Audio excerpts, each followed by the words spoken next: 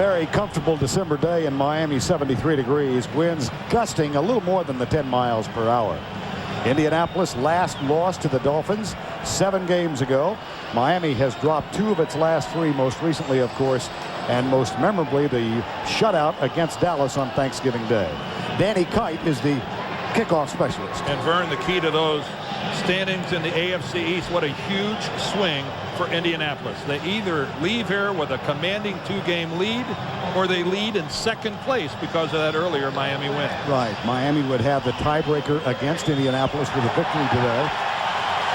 There's Jerry Wilson, one of the 2 deep men, as the Dolphins win the toss.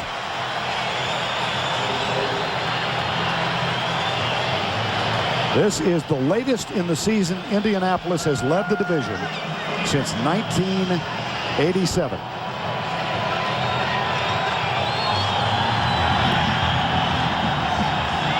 Marion chases it into the end zone, and out of 70 kicks this season, that is the 6th touchback registered by Danny Kite. And Dan Marino, fresh from one of the more disappointing games of his illustrious career. But for the season, at 1,266 yards, 6 touchdowns, 10 interceptions, half of those against Dallas. And he had a marvelous 4th quarter, particularly in game 1 between these 2 teams, when he led the Dolphins with 25 points in the 4th quarter. From the 20 into the breeze, Marino. J.J. Johnson is the deep back in the eye. Marino with a little bit of a play fake and flips it out left side. Caught by Stanley Pritchett, who opens today at fullback. Jimmy Johnson in his 4th season as the head coach. 2nd down and 10. Here's the toss to Johnson. Looks for help. Doesn't get much, but 2nd effort after the 27-yard line. A flag is down. This one will probably come back. Tackle made by Mike Peterson. Mike Carey is the referee today.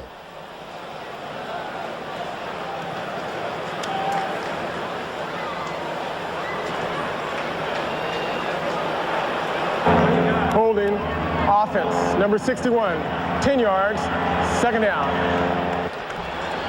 Jim Mora, 2nd season as the Colts head coach. 2nd down and 20. Here's Marino into the right flat. Almost picked off. Jason Belser was covering the tight end, Troy Drayton, who had the ball slip through his hands. Well, Dan Marino struggled mightily against Dallas, so this is the time when his teammates have to step up around him and say, you've done it for us before, now we're going to do it for you. What happens?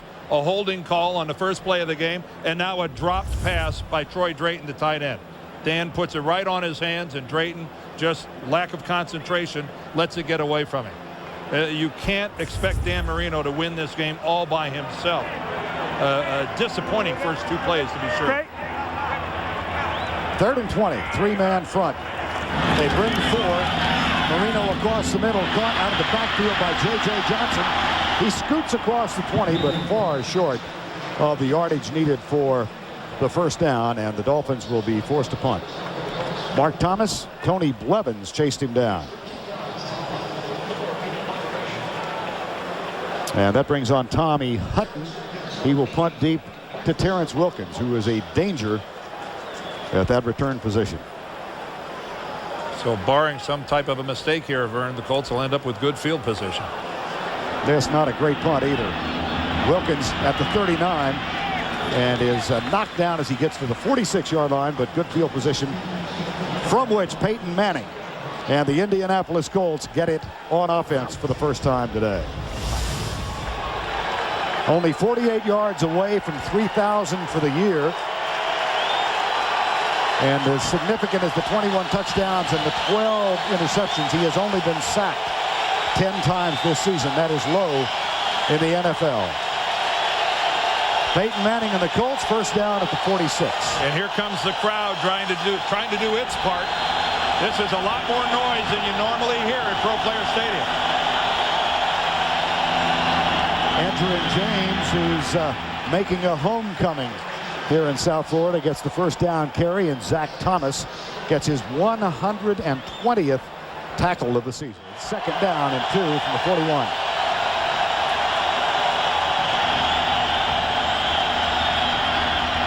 Manning on the draw play, and Edgerrin James has a lot of room up the middle. Dances left out of the tackle of Patrick Surtain with a first down at the 32 and a pickup of 14 yards. James comes right. Good block on the right side, but excellent pursuit by Patrick Surtain, who's there to make the tackle, number 23. Good job of run defense. Well, and we talk about Peyton Manning, and he gets so much of the attention, but really it's Edgerrin James that makes this offense go. Peyton, of course, his quarterbacking skills legendary, but Edgerrin James and their selection of him with the 4th pick in this year's draft, he is the guy that's really making it happening because he's running the ball with power, with speed, and he's a gifted receiver. Manning to throw. 2nd down and 9. Fires it right side for Gilger, the tight end. It's another Indianapolis first down. This one made in front of Robert Jones, the linebacker.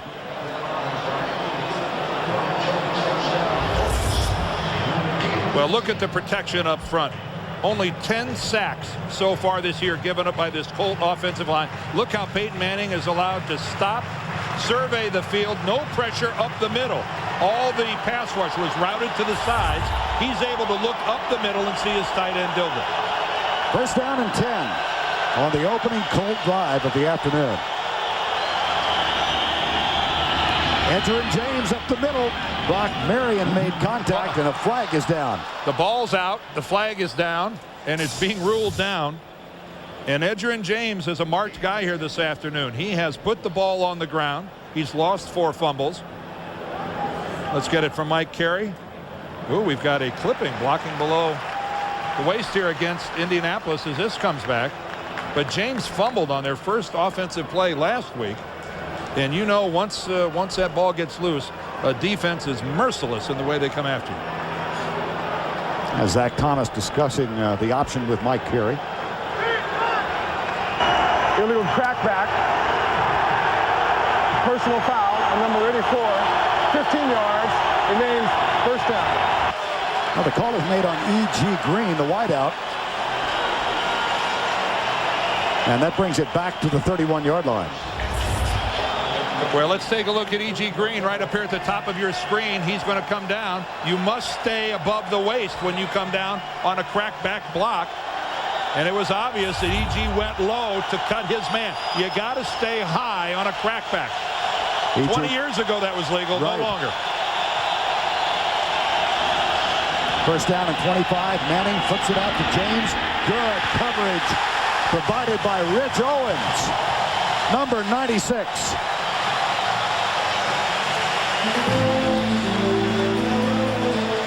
Well, one of the things that Jimmy Johnson set out to do here in Miami was to increase his team speed. Everybody has to run, defensive linemen included, and this is just good preparation by Rich Owens. He's a defensive end, but he reads the screen all the way. He floats out, doesn't even rush the quarterback. It's good alert football. 2nd down and 30. High snap. Manning gets it out to E.G. Green. And that is going to be ruled down by contact at the 34 and will bring up a 3rd and a bunch. Tim Bowens made the tackle. Now think about this as we get set for this 3rd down play. 53 previous times this year, the Miami defense has faced an offense with 3rd and 10 or more. The opponents have converted twice. So the odds are long for the Colts here. 3rd and 29. That is why Miami has a winning record. It's all because of the guys who are on the field now. Out of the gun, 5-man rush. Trace Armstrong providing coverage, and they complete it to E.G. Green at the 27-yard line. And that's going to bring on Mike Vanderjagt, who has hit the last 15 field goals in succession. But that reception by Green, and keep in mind this whole series of calamities was caused by Green's illegal block that really kind of negated a wonderful Indianapolis drive to that point. But that completion right there makes life easier for Vanderjagt. Bradford Banta will snap it back. Steve Walsh is the holder. Officially listed at 44 yards for his 16th straight.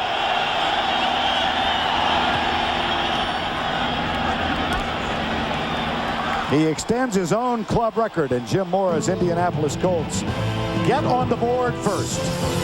3-0. Midway through the opening quarter, a 44-yard field goal off the toe of Mike Vanderjagt, and the Colts lead it 3-0. Jason Taylor. There is E.G. Green, whose penalty of 15 yards got them out of a 1st and goal. Green, who missed 7 games with an injury. And Miami's defense at the time, Vern, boy, they were all looking around trying to figure out which direction the Colts were coming at them. Danny Kite with his second kickoff of the afternoon.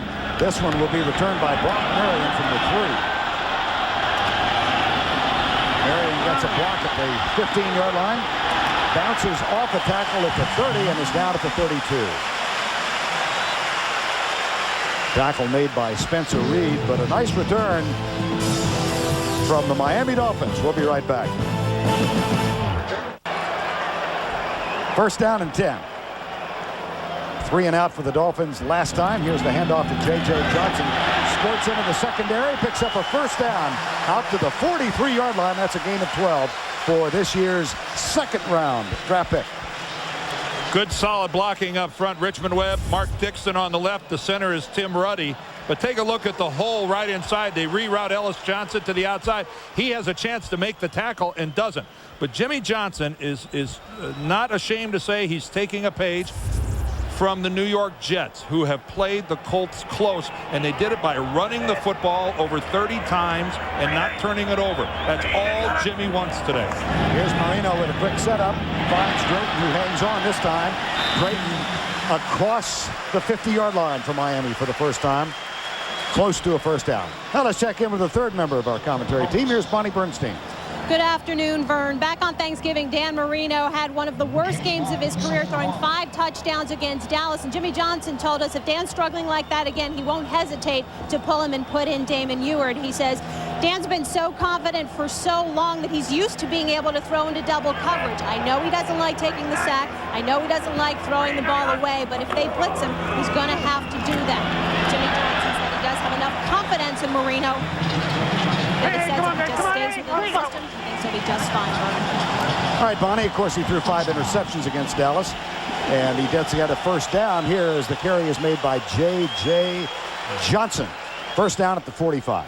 The Jets were the only team to play the Colts this year that has held them below 25 points. They did it. They held them to 16 and a now the Colts won both those games, but the key was that they ground away with the football. They didn't turn it over, and Jimmy just said if we take care of the football today, hammer at them, that's our only shot. Play fake. Dan Marino has been sacked only 3 times this year. Almost goes down here as Chad Bratsky was there, but then he flips it out incomplete. This is a good indication of one of the reasons that Dan is sacked not that much throughout his career. One, he's got a great release. He's quick. But Dan Marino is a big man, a big, strong, big guy. And this is Chad Bratsky, the guy with the Giants last year, who's had what an impact with the Colts. 7 sacks so far this year. And he just collapses the pocket on his way to Marino. 3 wide receiver set now on 2nd down and 10 from the 45.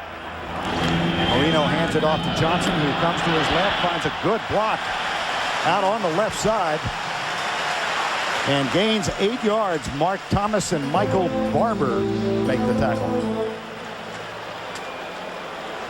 Where they have had holes, they've been over here consistently so far here in the 1st quarter on the left-hand side. Dixon swings around the block of Drayton and Webb. That's just good power football. Sound like something that would make Jimmy Johnson happy? Well, the absence of a running game has been an Achilles heel for this team for years.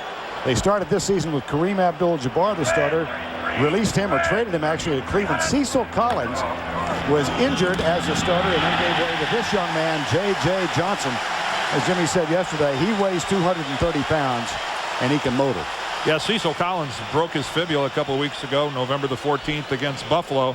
So this once, and keep in mind they had Tyrone Wheatley here during training camp. They released him. The Raiders are glad they did. So they've gone from having a plethora of running backs to now they're getting dangerously thin. Autry Denson is just about the only guy that they have in reserve behind J.J. Johnson. And again, you see why Jimmy Johnson loves to run the football a lot. 25 or more, chances are they're going to win. Play fake, Marino. Good protection. Oh, what a pass. Yatil Green out for 2 years with torn ACLs. Inactive for much of this season, but the beauty in that play emanated from number 13. That it did, Vern. This time, it's Dan Marino doing the play action. Everybody was worried about the play action coming from Peyton Manning. It's the fake to J.J. Johnson that freezes everybody. There's the fake to Johnson up the middle. Just outstanding pass protection by the Dolphins offensive line. It just doesn't get any better. Gain of 21. They hand it off to Johnson, who is banged down immediately. Bernard Whittington was one of those who was there. And Chad Bratsky also part of the tackle. Whittington moves outside from tackle to end today because of his prowess as a run stopper. Yeah, Bernard normally would be in a tackle, but they bring in Larry Chester, who's over 300 pounds, and he's a run stuffer. And it's no secret. You know, Jimmy Johnson might as well go ahead and mail the game plan to the other team. You know what's coming. Tony Martin. They fake the reverse. Marino still has it, but good coverage now in the end zone. Incomplete. He wanted to go to J.J. Johnson in the left flat, but Michael Peterson had terrific coverage on him. Now, if he did mail the game plan, I'm pretty confident that play wasn't in it.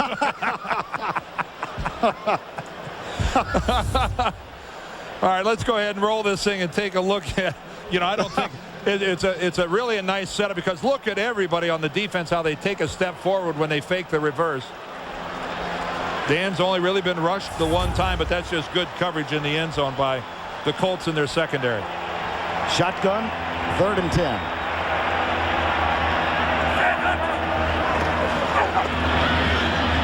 Marino caught at the 2. Incomplete. Dropped at the 2. Yatil Green could not hang on to this one. And that will bring on Olindo Mare to try and tie this one up. Well, the ball appears to be beautifully delivered by Dan. It's a stacked formation. Green makes the break to the outside, and Dan could not have thrown that pass any better. That just was right between the 8 and the 7. And that's just a lack of practice, lack of experience. 3rd-year guy, but keep in mind, he's a rookie by all other standards, Yatil Green. Mare, high snap. The kick is down. He missed 3 against Dallas on Thanksgiving. From 31 yards out, Olindo Mare gets his 30th field goal of the season. We're notched at 3. 3:02 to go in the first. A tie game at 3-3. Peyton Manning on the near side, and Olindo Mare getting ready to kick off. 2nd in the league with 15 touchbacks this season. And that scoring drive came to naught on a drop pass by Yatil Green. There's Dan Marino. He has now attempted 1,000 passes against the Colts alone. That last incomplete pass is 1,000. A career that began playing the Baltimore Colts twice in 1983. Here's Mare's kick. This will be taken by Wilkins. And number 80 is out at the 20-yard line, where he is tackled and dropped. We play late in the first quarter. Second meeting between Indianapolis and Miami. Colts at their own 21, second offensive set of the game in the 3-3 first quarter game. Peyton Manning gets the snap, straight drop back.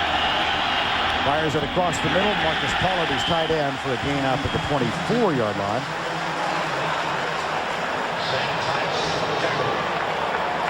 The Colts and Dolphins upgraded their defenses with Chad Bratsky and Brock Marion respectively. See the impact only on CBSNFL.com.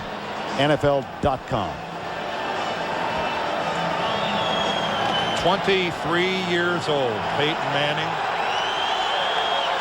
So wise, so advanced, so mature beyond those years. It really makes you scratch your head sometimes and say, is it really possible that this kid could be this good this young? Here's the handoff to James. Tarek Glenn trying to lead the way.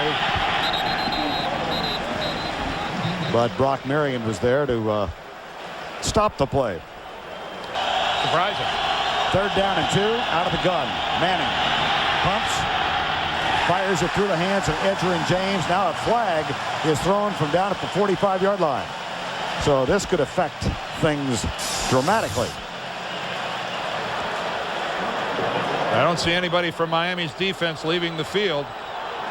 That's why. That'll be an automatic 1st down. Holding defense number 54. 5 yards. Automatic. 1st down. That's Zach Thomas, the middle linebacker. A guy that Jimmy Johnson is quick to praise in his pass defense, especially against crossing patterns. Needless to say, he's the leading tackler. That won't change as long as Zach is manning the middle linebacker position. But that's the kind of a penalty that it's a double whammy, because it continues a drive when you force the punter onto the field, and now they get another shot. Paul Shields back in as the blocking back in front of Edgerrin James. After the automatic 1st down, play fake. Manning does that as well as anybody in the league right now. Here is Ken Dilger. And Calvin Jackson is back to make the tackle. But my, oh my, when you have a running back like James and a faker like Manning, what a combination. Well, the only way to describe Peyton Manning's play action passing is he's a technician. He has studied the greats, really looked at guys like Boomer Esiason and all the others, and it really does make it happen. Jimmy Johnson said, we've got to give up right there, that fake. He said, we'll give up some runs, but I've been on my safeties all week. Let them run the football. We can't get beat on the big play because you're looking into the backfield. Here's the handoff to James on the sweep right. And he eludes a tackle. Still running.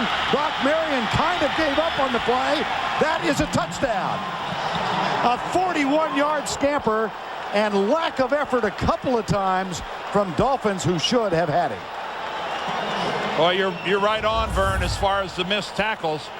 This is just for all the world to see. A little misdirection, and he's faking the off guard and then swings it to the outside. There's the first miss, and that's just an outstanding move that he puts on Brock Marion. Jim Mora concerned about Edgerrin James coming back to Miami where all his family and friends. I know last night he goes, oh, I just hope it all works out fine. You worry about a kid on the road back home. Well, Jim, I don't think you have to worry about a whole lot. Vander Jat's extra point is up and good. They're dancing throughout Immokalee, Florida right now. That's the hometown of Edgerrin James. 42 seconds to go in the opening quarter. Edgerrin James has quieted the crowd, except for those from Immokalee, Florida. And what a block he got out front by Marvin Harrison that really made it all happen, Vern. We're going to take a look at it after the play, but what a job by Marvin Harrison, who's as slight a receiver as you'll see in the NFL. But he's the reason that Edgerrin James got loose around the corner.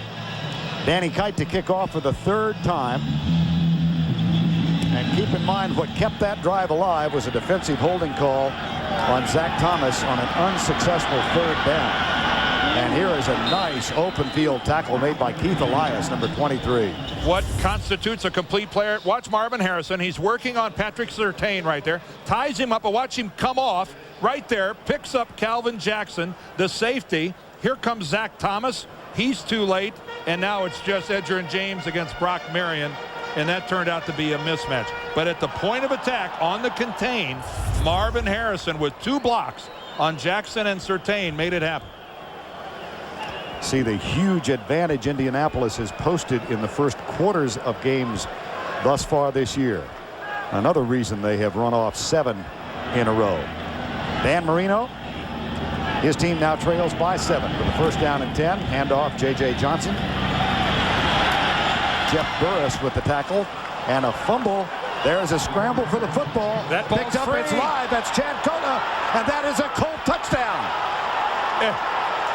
The oldest adage in sports, keep playing until you hear the whistle blow. Keep playing until you hear the whistle. Guys from Miami seem shell-shocked. Untouched. Touchdown. Guys from Miami were shell-shocked, standing around just staring And alertly, the Colts take off with it. Now the ball is definitely out. Burris, the initial contact, it is a fumble. And Cota, why not? Nobody blew a whistle. It's a free football, and every guy from Miami within 5 yards of the football standing there flat-footed. How about this for a team that is 8-3? That is the 7th return for a touchdown against Miami this season. That's the 2nd fumble return. Well, I guarantee you, Vern, none of them were the result of more sloppy play than that. And for what was a quiet crowd, we now have a stunned crowd. And an angry Jimmy Johnson. Chad Cota picks it up and totes it in. A 26-yard fumble return for the touchdown. Again, another look at J.J. Johnson. It's not a vicious hit by Jeff Burris. He kind of takes it more than anything else. You know, his teammates come in to follow up. And everyone from Miami is just standing around looking. Well, if nobody's going to touch me, I guess I'll get the easiest touchdown ever. Around to Gadsden, and all his other teammates are just dumbfounded, I guess. But in the 6th grade, they tell you, play until you hear the whistle. And there is the ball. And right there, if nothing else, if Johnson just leans over and touches Cota while he's on the ground, the play is over. J.J. Johnson well, that's a rookie mistake. Let's look at it from up top. And again, this will give you a better illustration of Miami just gawking. Drayton, Gadsden on the ground. Yatil Green just standing there. The only guys that finally figured out at the end, a couple offensive linemen figured maybe we better get in on this. Boy, that's a demoralizing touchdown for a team as well, Vern.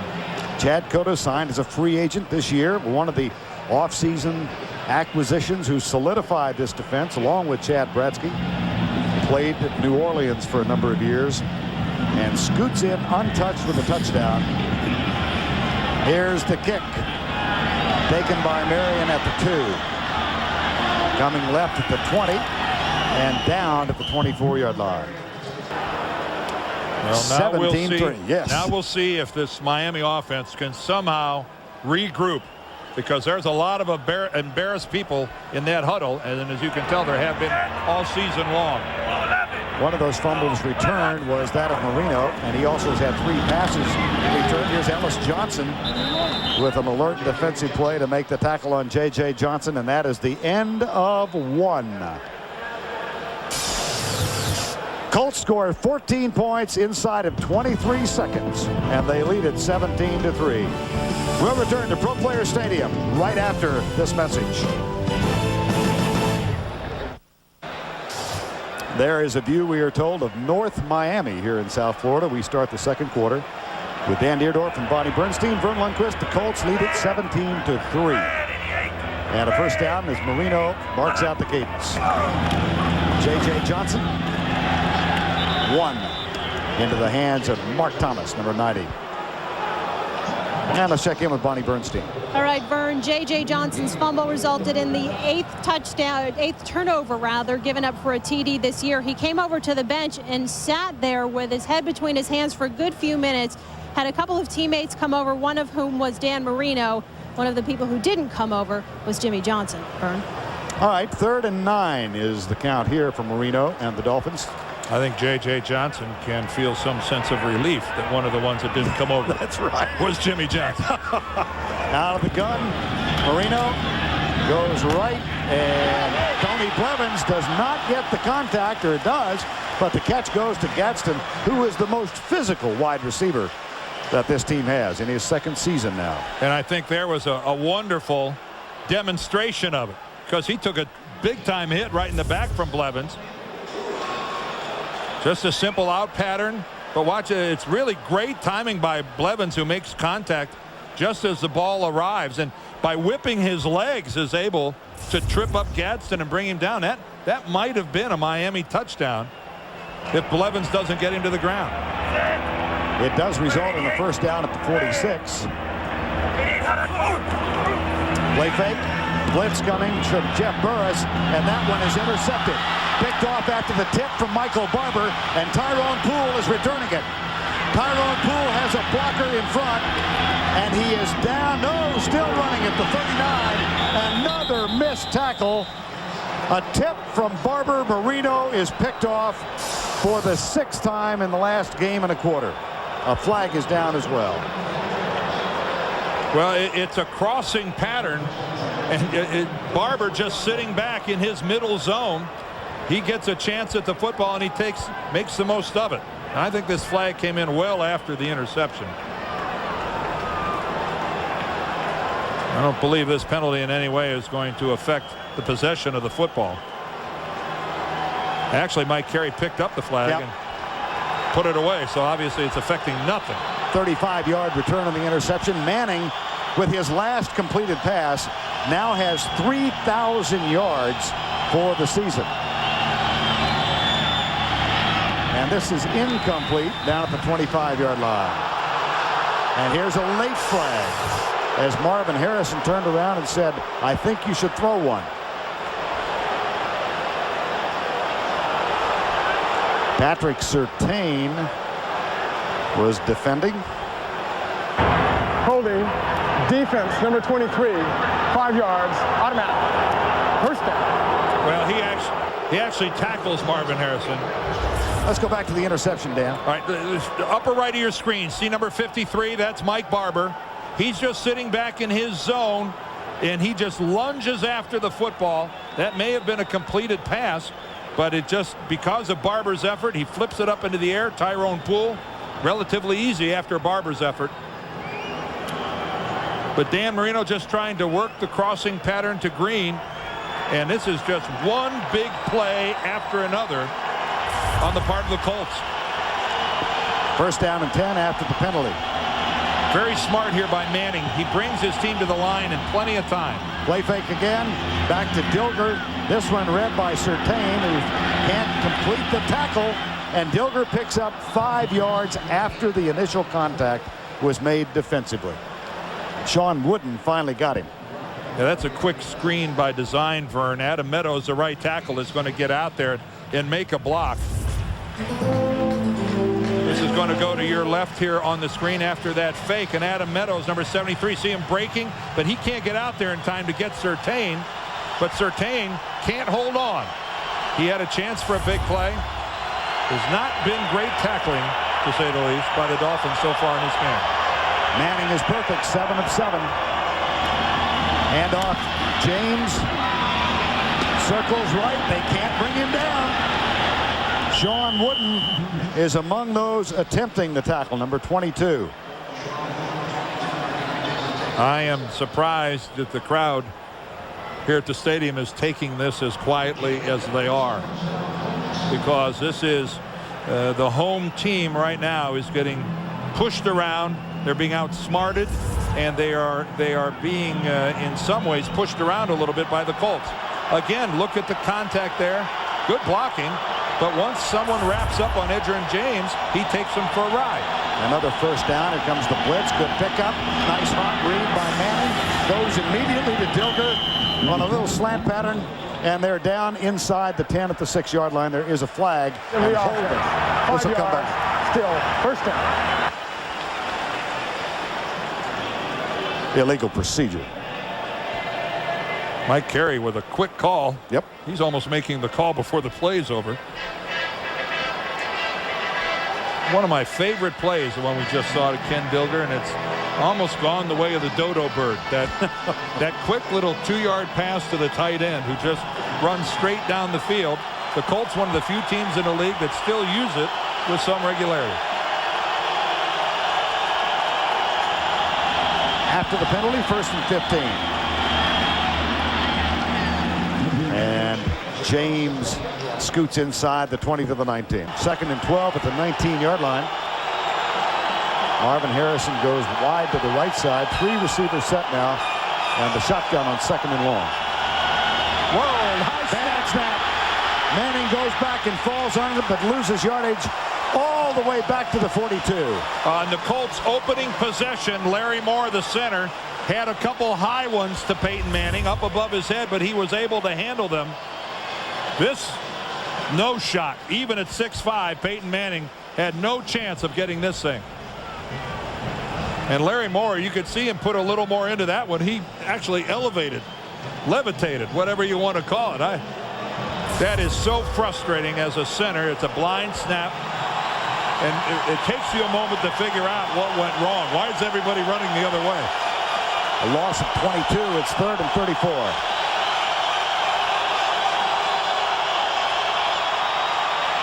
Manning drills it.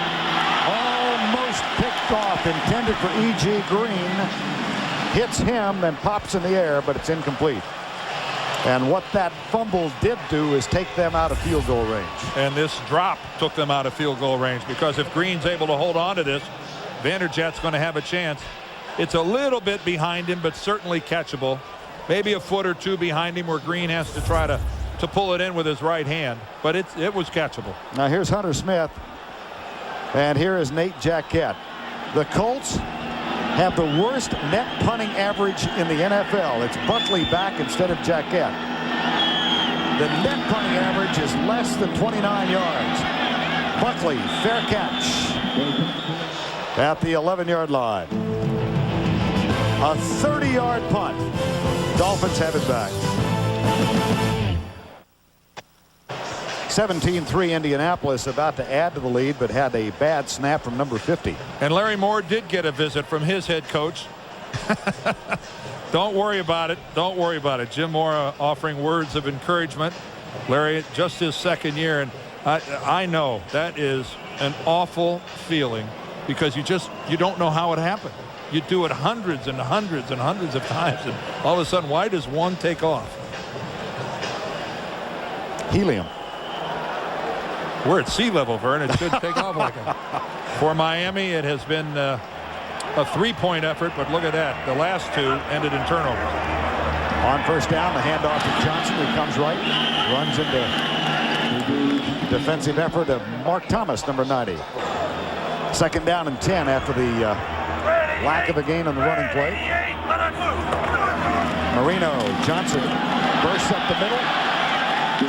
Near the 20-yard line. That'll be just short of a first down. The tackle made by Tony Blevins, number 26. Well, this is a drive that its success may not be measured in points, but given the fact you're already down 14, the Dolphins desperately need a couple first downs here to keep from turning the ball over one more time to the Colts in excellent field position. This is where, from the beginning of training camp, you hammer away at one another, hopefully in an effort to convert a first down like this. On 3rd and 1, Marino flips it out to the left side. That is good for the first down as Yateel Green makes the catch, number 87. Well, if there were questions about Dan Marino and the strength of his arm, that's the type of a pass, Vern, I think that ought to erase a lot of them. You know, Jimmy Johnson told us, I don't see any difference in his arm. The Dallas game was a case of bad decisions.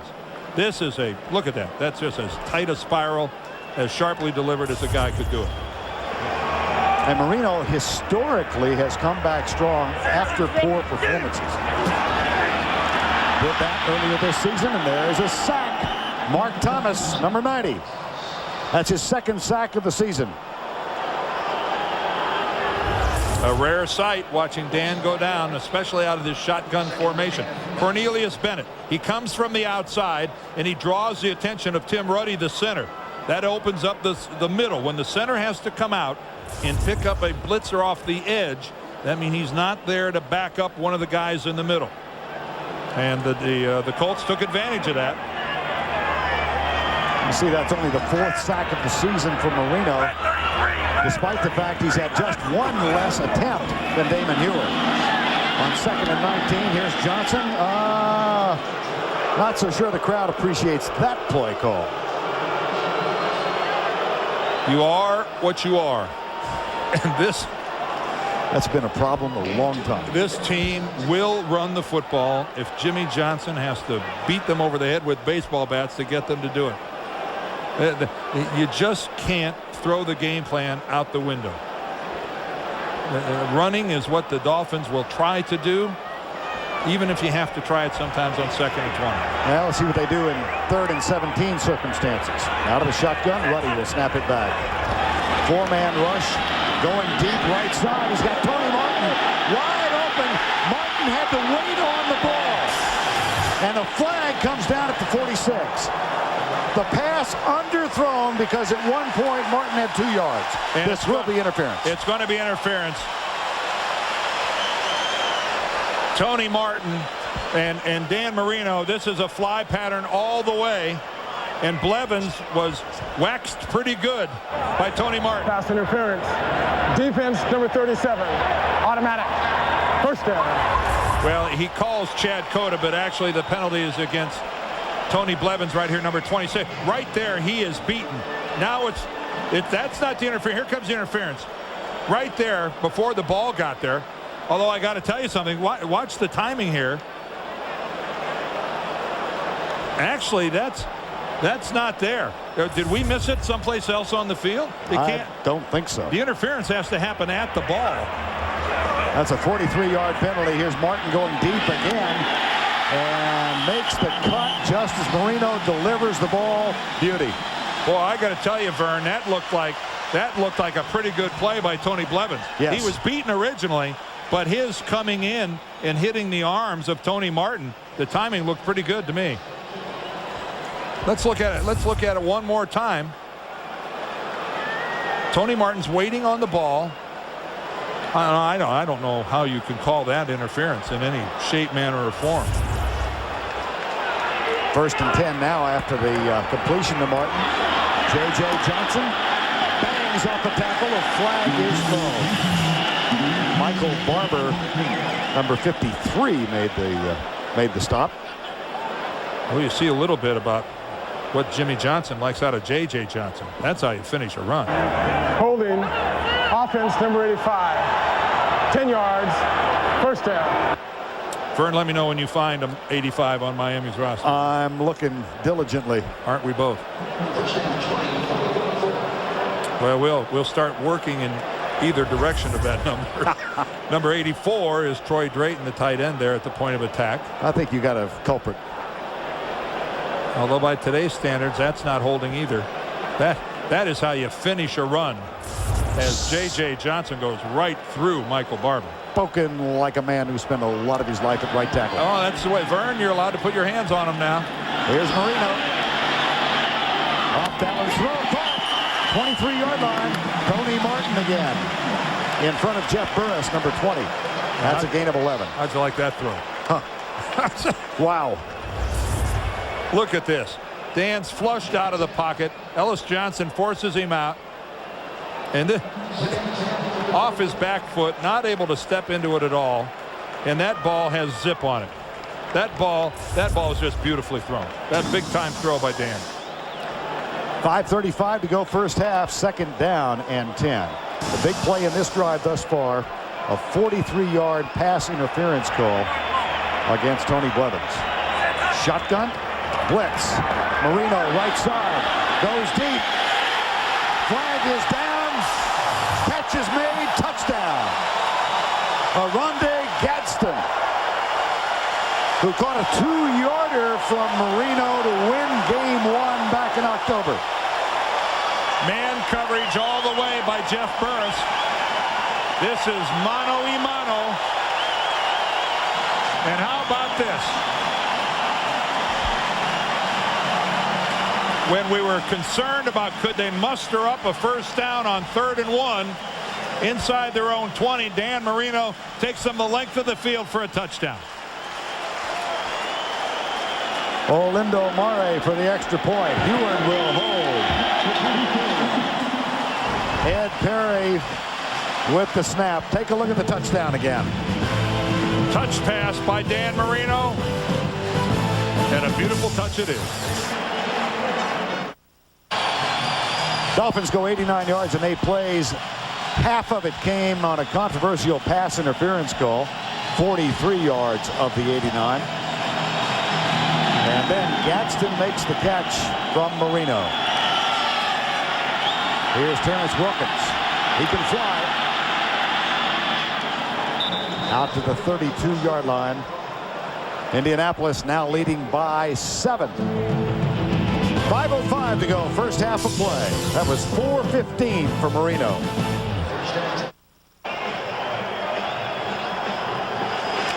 Welcome back to Pro Player Stadium. Indianapolis 17, Miami 10, 5:05 to go, first half of play. Backs in the eye behind Peyton Manning. Edgerrin James darts out of a tackle, cuts back, and works his way out to the 36-yard line.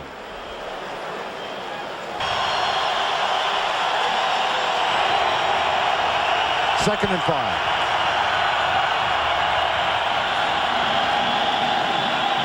Quick flip, left side. Harrison dragged down at the 39-yard line. Came into the day, of course, or actually into the week, tied for third in the league. Jimmy Smith and Chris Carter with 75 receptions, and Marvin Harrison had 74. But Jimmy Smith had another brilliant game on Thursday night. Yeah, he sure did. What did he catch? 10? Yeah. I think, and now he leads the league with 85. Again, those numbers coming into today's game. Harrison is second in the league in yardage. And it's third down now with 3:45 to go before the break. Manning across the middle, caught. Perfect pass to his tight end, Ken Dilger.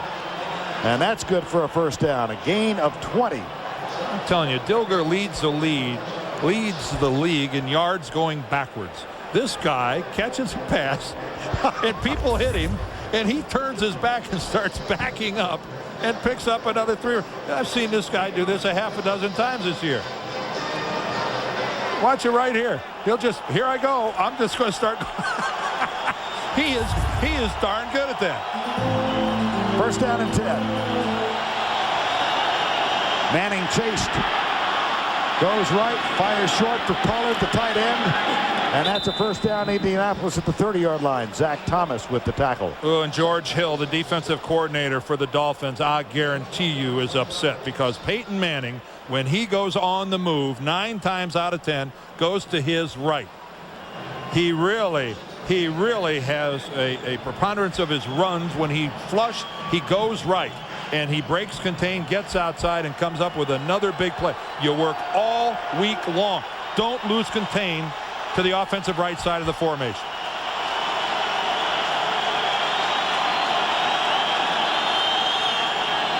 On first down, Edgerrin James gets a good block by E.G. Green. It was too good a block.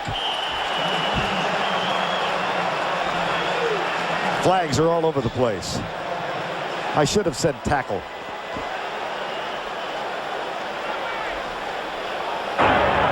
Holding. Offense, number 84. 10 yards. Remains first down.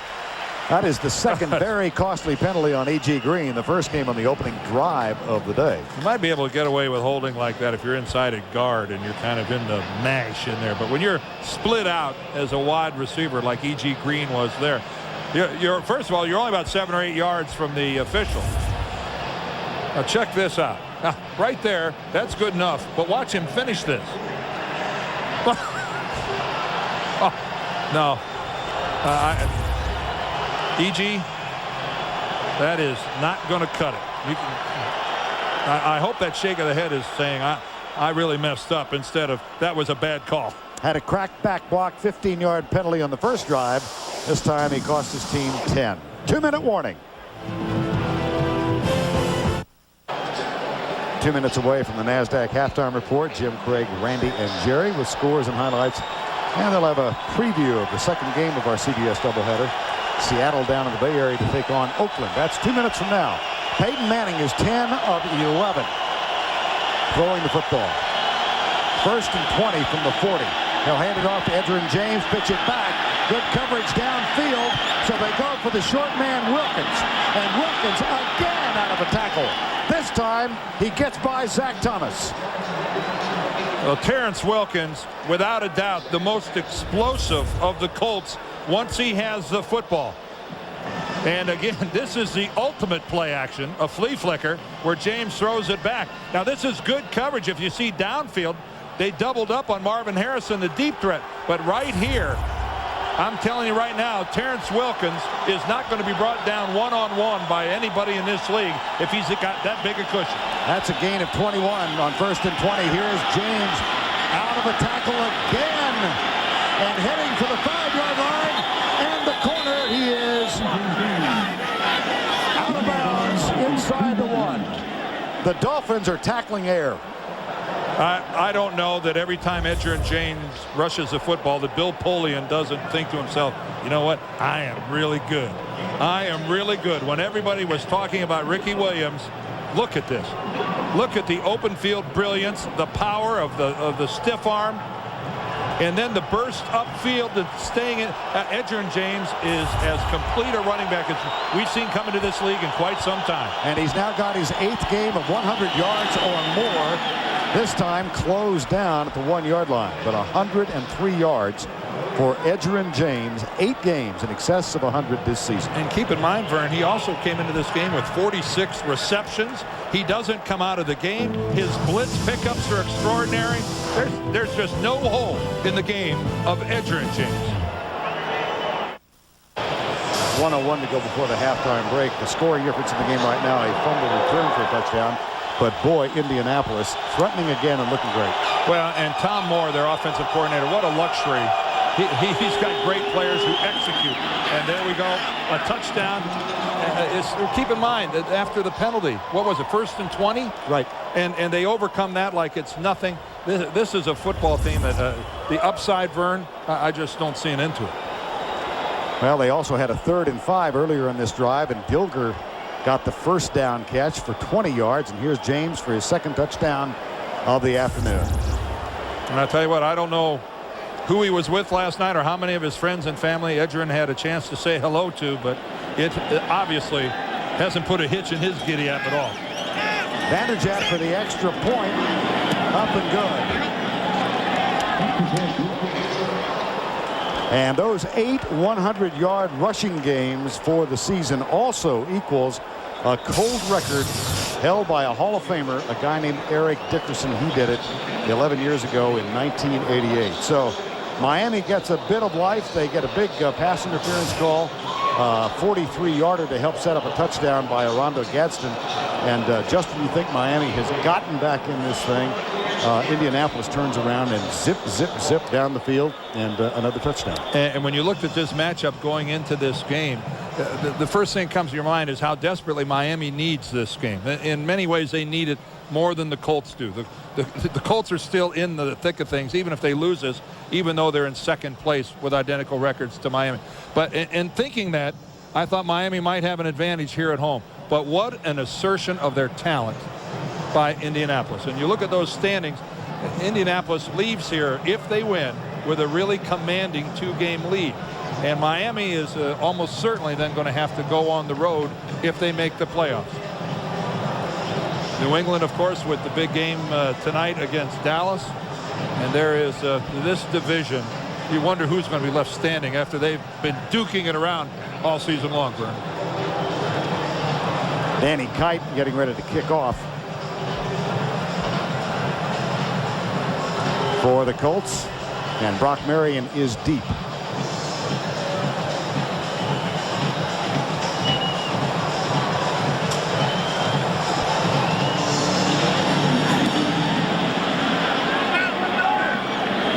Brock Marion after a couple of bounces.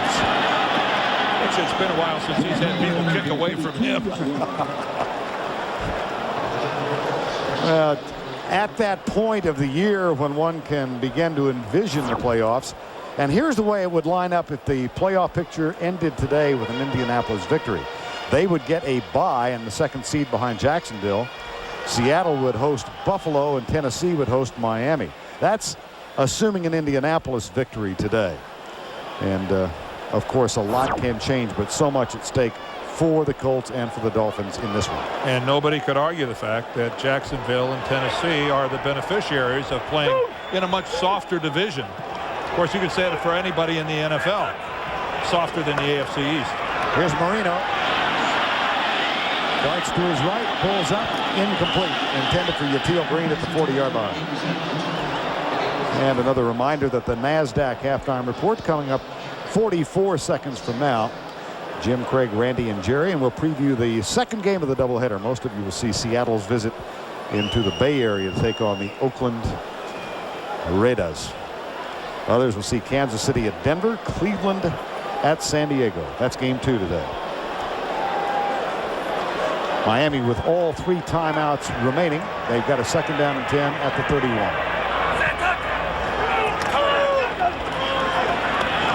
Marino into triple coverage, completes the pass. Now they're saying incomplete, no possession, as the contact was made by Tyrone Poole, number 38. And that, contact comes in all shapes, forms, varieties. That was big-time contact. From not the largest guy. Here's a flag. Take it back. Holding number 74 offense. 10 yards. Repeat, second down. That's Brent Smith, who's starting for James Brown at right tackle today. Yeah, kind of a shame for James Brown. With an ankle sprain, he had 69 consecutive starts, and that streak came to an end today. James not even active for the game. Brent Smith, who has started and played before here for the Dolphins, fills in ably at right tackle. Always a chance of showers in South Florida, and we're getting sprinkles right now, which is sending some folks underneath. There's the pass dropped by Yatil Green at the 35. The weather's getting colder, but the divisional races are heating up. Get a complete review of every team as they battle for the playoff positions. Just click on NFL at CBS.sportsline.com. And as we watch back-to-back incompletions, one a drop because the ball got knocked loose, I can't help but think of Dan Marino's comfort level and how much higher it would be if O.J. McDuffie was active and playing today. He's missing his second game in a row. Here's a draw play. This is Stanley Pritchett out to the 28-yard line. Time has been called, and it is taken by the Colts.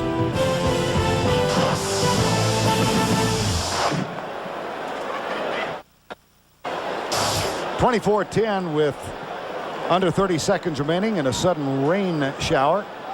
And on 4th down, Tom Hutton back to punt. Wilkins grabs it at the 26. Look out.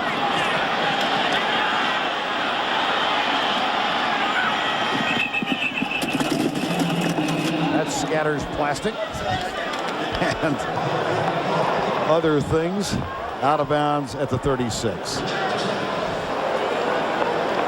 9 seconds to go before the break. And a first down at the 33.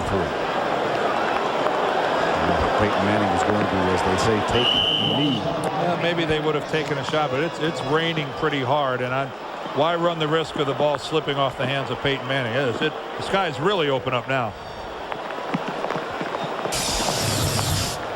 24-10 as we get to the halftime break. Geez, this looks like a baseball game with everybody running off with it raining.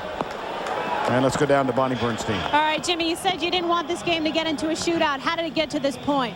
Well, we turned it over a couple times there early, and of course they got the easy touchdown off of the fumble recovery. And, I think we can move the football. We got to play better defense. We're not tackling Adrian James. Coach, thanks. Vern. All right, thank you, Bonnie. Coming up on the NASDAQ halftime report, Jim Nantz will get you caught up on all the scores and highlights from today's action. That is all a part of the NASDAQ halftime report.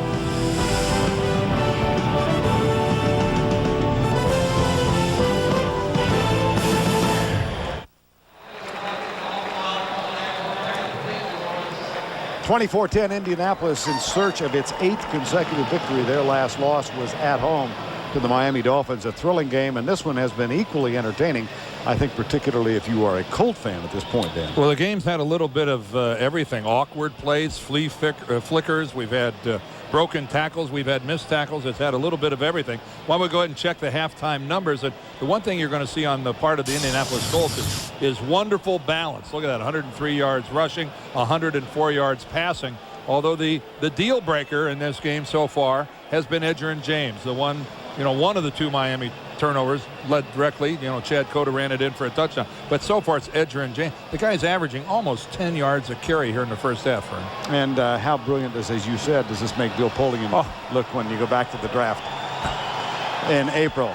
Let's take a look at what Edgerrin James added to this team in the first half. Well, elusiveness, power, the ability to just make people miss. And, again, he's back home, played here at the University of Miami. He's a big guy. His stiff arm is becoming a lethal weapon, Bert. And this, of course, just from the 1 yard line. Good blocking on the left side as he jams it in. But Edgerrin James, 9.4 yards a carry and a couple touchdowns. Not a bad first half. As we get set for the start of the second half, let's check in with Bonnie Bernstein. Jim Moore pretty happy with his Colts, as you might imagine. He said on offense, though, a couple penalties in the red zone I wish I could have back. On defense, he said he'd like his team to defend the run better on the 3 wide out set, defend the pass better on the left-hand side. And a quick note from the Dolphins sideline, safety Brock Marion has a contusion on his left quadricep. He is questionable to return. Vern. All right, Bonnie, thank you. And the Colts will get the football as we open this half. Terrence Wilkins back in anticipation of the kick from Olindo Mare. 24-10. Well, some might say this is the most significant late season meeting between these two teams since they met 22 years ago. Eerily, it was December 5th in 1977, a Monday night game. The Colts were 9-2. The Dolphins then were 8-3. Miami won that game. The Colts lead in this one. The PS to that story is that they both finished 10-4, and the Colts went into the playoffs because they had a better conference record. The Dolphins didn't get into the playoffs. Almost unheard of today that a 10-4, obviously they play 16 games now, but that type of a winning percentage wouldn't get you into the playoffs. Of course, there's been the addition of a couple extra wild card teams in the last 20 years. Wonderful balance, as I mentioned, with the Colts in terms of 103 yards running, 104 yards passing. Identical number of plays. Look at that. Well, they do have one more. They do have one more rush. But again, that's the kind of a balance that every offensive coordinator dreams about. First down and 10, Colts. Edgerrin James, this time they get him. Tim Bowens, number 95, with the tackle. Bowens and Gardner are the two hosses in the middle of this Miami defensive line, and to this point, the relatively young, and when I say young, Steve McKinney, Larry Moore, Waverly Jackson, the inside center and 2 guards for the Colts, all 3 only second-year guys. They're doing a nice job on the big tackles from Miami. Manning back to throw on second down, flips it out, intercepted, picked off, and this will be a touchdown. Sam Madison, 7th interception of the season, and he strolls in for the score. Well, rarely has a big play come at a more opportune time than that came from Miami.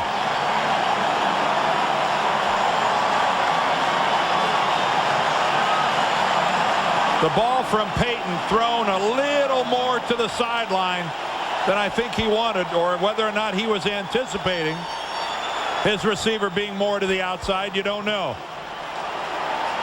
But being in the right place at the right time is what great players do.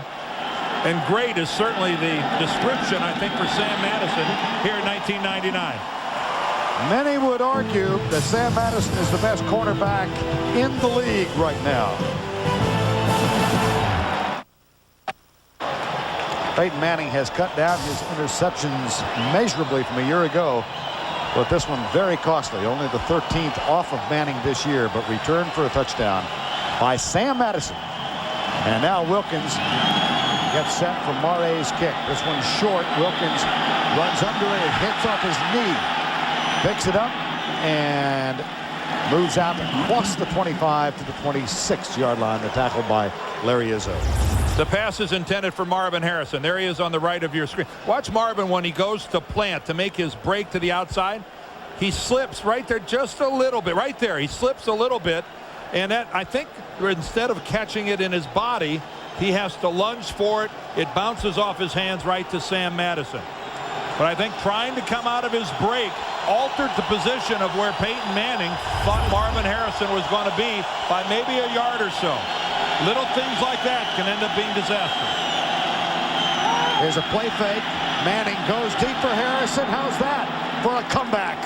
That is the first Harrison catch of the day. And off the play fake, they go deep to Harrison for a gain of 36. Just a little skinny post. Marvin Harrison in motion. I don't know that there's a better, prettier pattern in football than this thing right here. Just a slight little alteration right down the middle of the field. Patrick Surtain, who was with him from the beginning, not able to be a part of it. But as it so often does with a big play from the Colts, follows play action by Manning. That's a gain of 36 and the first down inside the 38. Here's Edgerrin James. And again, the pursuit this time on Edgerrin James. Outstanding. Tim Bowens and Zach Thomas. But you watch Peyton Manning and the conversations we've had with him this time, Dan. He talks about his ability as a play faker, play action passes. He says it's more important to carry out the fake on a running play. And he did that. It didn't fool anybody. But yeah, he did. And he'll do it this play and the next play. He really prides himself on carrying out that fake every single play. Play action, all about effort, Peyton Manning said. This is a straight drop back. He has the man open, bobbled, and caught. It's Harrison for his second catch. And is down at the 34-yard line. Well, we weren't inside the locker room, but I can only imagine what Jimmy Johnson had to say to his defense about their tackling. You heard Bonnie mention it, and Jimmy mentioned it as he was leaving the field at the end of the first half. You know, talk about the old raise the roof. I'll bet you he did raise the roof. And I'd be surprised if we'd see sloppy tackling this half out of his Dolphins D and Zach Thomas and company. 3rd and 6, 3 wide receivers, and this time Manning moves under center. They had the bad snap in the spread in the first half. Straight drop back, blitz, hot receiver Edgerrin James with a blocker in front. A flag down, and this one might come back. You know, even though Peyton Manning goes under center, he's still using a silent snap count. You see him slap his center, Larry Moore, on the backside to tell him any time from now you can go ahead and snap it. And the Colts offensively can say we have met the enemy. They are us. Holding offense, number 74. 10 yards, remains 3rd down. Waverly Jackson, the right guard, he gets called for the hold. But they've had to overcome problems. E.G. Green a couple of times. One a hold, one an illegal crackback block. It has been a productive, obviously, with 24 points, but a lot of going one step forward, 2 steps back for the Colts. 3rd and 9 after the holding call. This time they do go from the spread formation. High snap again. Manning steps up, lobs it, caught a man at the 25. That is good for another 3rd down conversion. Harrison with a gain of 12. And again, Peyton Manning buying a little time, goes to his right. You see the snap. It's a good snap, but it's a good thing Peyton Manning is 6'5". You know, it's only about 4, 5, 6 steps to the right, but it's his favorite direction. And the Dolphins aren't doing as good a job as they should be doing in trying to seal off his escape route to the right. Just inside the 25. First down, Manning fakes the flip, goes deep in the corner for his tight end, Dilger. Back up now. 1st and goal at the 8.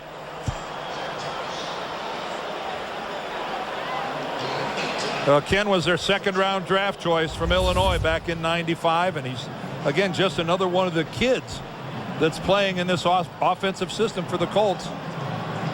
Pump faking, play action. Peyton Manning has such a grasp of the little things that can take a quarterback from that level of being pretty good to that level of being truly great. 1st and goal. James to the 5, where he is met and driven down.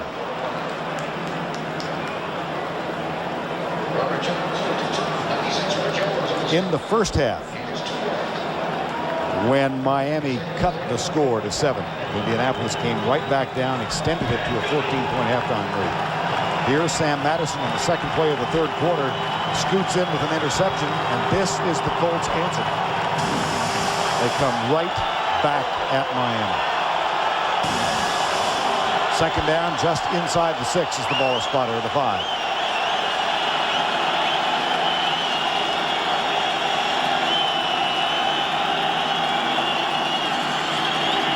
Manning with time, dances right, comes back inside, caught. Touchdown. Terrence Wilkins. What direction did he go, Vern? Backwards. He went to the right again. Yes. He went to the right again. Peyton Manning. He needs a couple extra seconds, so he'll just scoot to his right, and again he gets outside the pass rush of Miami. See right there, he's able to move to the right. And I'll tell you something, Wilkins just sat down, waited for the ball. Some guys can do it, and some guys can only think about doing it. Vanderjagt with the extra point. Up and good. Terrence Wilkins actually started this third quarter. E.G. Green did not. 31-17. Danny Kite will kick off for the Colts. Nate Jaquette is deep. Brock Marion is, Monty told you, bothered by that contusion. And here's Jaquette. Out to the 20. And spilled as he gets to the 29-yard line by Keith Elias, number 23. Let's go back and take a look at the finish of that touchdown drive. Tom Moore loves clusters, and of course in the middle of the cluster he's going to hide his smallest guy, Terrence Wilkins. Now that cluster is going to work this part of the end zone over, so of course that's the direction that Peyton Manning is going to go to try to buy a little extra time. And when you've got 3 receivers working in that small of a part of a field, it takes a quarterback with some really good vision to find the open guy, and of course Peyton Manning did. There's Tom Moore, 61 years old, and on the top of his game. Personal foul, unnecessary roughness, number 28 of the receiving team. 15 yards, first down. That infraction called on Ray Hill, a backup cornerback, on the kick return, and it cost the Dolphins. They're now back inside their 15 at the 14-yard line. 31-17 with 9:18 to go in the third. First down and 10.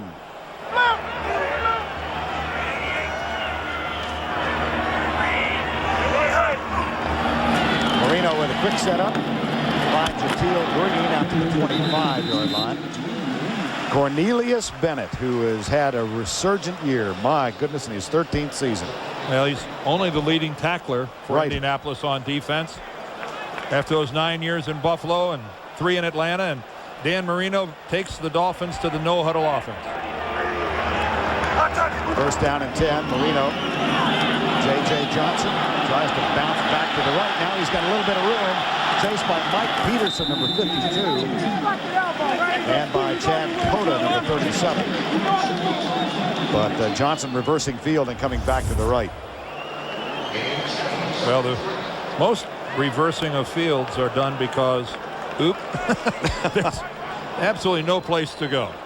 And J.J. showing a little speed here. You know, he's a big guy at 6'1", 230. Actually ran away from the corner of Indianapolis' defense. Ellis Johnson shoulder high with that tackle.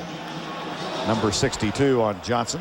Vern, do you think there's a guy having more fun for the Colts than Ellis? Ellis Johnson, a veteran on this team, and he was one of those who went through the back-to-back 3 and 13 seasons, and told us, what, a month or so ago, that his aspiration is to become a professional bass fisherman. Imagine that. There's money in them there lakes. I hear it's actually on TV every night. I heard that too. He may need an extra big bass boat. Here comes the corner blitz. Marino in trouble, fires it out. That's intentional grounding, Vern. Oh, holding. Dan got it close enough to a guy. I stand corrected. When Mike Carey launched that flag, I thought he was going to get Dan. Again, we're talking about a guy. Holding, offense, number 78. Penalty is declined. Brings up 4th down. Again, what a wonderful illustration of Dan Marino and his size and his strength. Completely wrapped up by Bennett. Still able to get it close enough to a guy to keep from getting the intentional grounding. There's a lot that goes into Vern, him not being sacked very much. And I think one of the things that's overlooked is his physical strength. Here's the punt by Hutton. Wilkins over the shoulder grab, and then he drifts out of bounds at the 17-yard line. That is a 50-yard punt, nothing on the return. The Colts, however, are dangerous, as we have seen, when they have the ball. We are midway through the 3rd quarter in this critical late-season game. Indianapolis and Miami, the defensive unit, getting a rest now. And Dan Manning also on the sidelines, his team trailing by 14. Gaudy numbers thus far for Peyton Manning. He's had 1 hit the floor, 1 interception return for a touchdown, and 1 incomplete. 17 of 19. Edgerrin James, the only man in the backfield. Double tight end set. James, well, they have drawn a bead. He's gotten their attention, Dan, in this half. That time Darryl Gardner was the player with penetration in the tackle. They are a soap opera. 2nd down, Manning on a little slant pattern. Terrence Wilkins out to the 31. It's Marvin Harrison, beg your pardon. And that time Indianapolis taking advantage of that matchup out there with Harrison and Patrick Surtain, because the motion appears to watch him come right in behind, and by the time Surtain reacts to that, it is way too late. And Patrick Surtain not even looking like he's all that anxious to even get in on the tackle. Patrick Surtain getting his 2nd start of the season, but his 1st since being promoted full-time as a starting left cornerback. Played high school ball against Peyton Manning in New Orleans. Here's a draw play. This one Give him a rush, at the 32-yard line. The tackle made by Rich Owens. And Peyton telling us that Surtain actually got the better of him. I guess won 2 out of the 3 matchups. Yeah, Patrick Surtain was an option quarterback at Carr High School in New Orleans. He said they played, what, in the 9th grade? Yeah, they played several all the way through high school. And then they also played basketball against one another, where Peyton said, no contest. Yeah. You're a much better player than I am. Manning getting the better of him here. 2nd down and 8.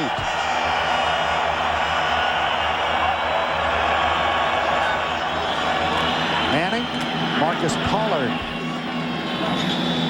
A hot read out to the 37-yard line. Sean Wooden, number 22, with the tackle. Well, the consequences, again, just can't be ignored in this game. If Indianapolis can dig out a victory, they go back home with a 2-game lead in the division, 4 remaining. And a 2-game lead in the AFC East. That's quite an achievement. The Dolphins are trying to avoid losing 3 out of their last 4. They dropped a game on the road to Buffalo. They were devastated, 23-3. Came back home and beat New England. Here's Manning in trouble. Rich Owens got him. And that's not a case where Rich Owens was unblocked. I think this is just a great pass rush on his part. Look at him get inside Tarek Glenn, number 78, with that inside swim. And as an offensive lineman, we used to say that's when you get whiffed. You don't even get in a good enough position to hold him. Hunter Smith's 2nd punt. Again, the Colts with the worst net punting average in the NFL. Under 29 yards. Buckley and Jaquette both deep. Only 9 men up. This is a poor punt. It comes sideways at the 40 and then takes a little spin toward the south. A 30-yard punt. Nothing on the return. Dolphins have the ball.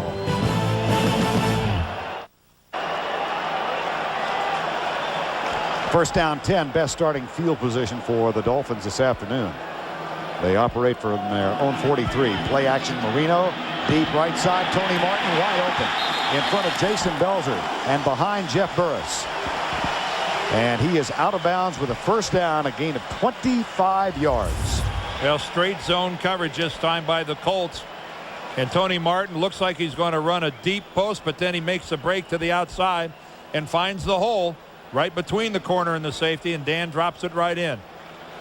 The Colts much more of a zone team in their secondary, whereas the Dolphins, I think as everybody knows, a press team from start to finish. Now Martin in motion, followed by Jeff Burris. Marino pumps once, deep left side, man and man, caught, touchdown! And that's why the Colts play a lot of zone, because that was man to man. Tony Martin from 33 yards out. Jeff Burris trailing and then trailed him all the way into the end zone. Well, Jeff Burris bites on the pump fake. Now take a look at Tony Martin. Break to the sideline right there. That's when Dan Marino pumps. And when he pumps, Jeff Burris takes just enough of a step to the sideline that it put him in a bit of a trail position. Olindo Mane's extra point is up and good. Second touchdown for the Dolphins in this half. And Miami, Vern, refuses to get carried out on their shield. Under 4 to go, third quarter, 31-24. Mark Dixon getting a little tape job. The Dolphins go 57 yards, 2 plays. Martin from 33 yards out. Marino showing a deft touch for his second TD throw today. And Mark Dixon, like all offensive linemen, probably, who knows, finger dislocated or something like that. Hey, tape it to the next one. Yeah. That's the way it goes. Here's Mare's kick. Wilkins will take a knee. Touchback.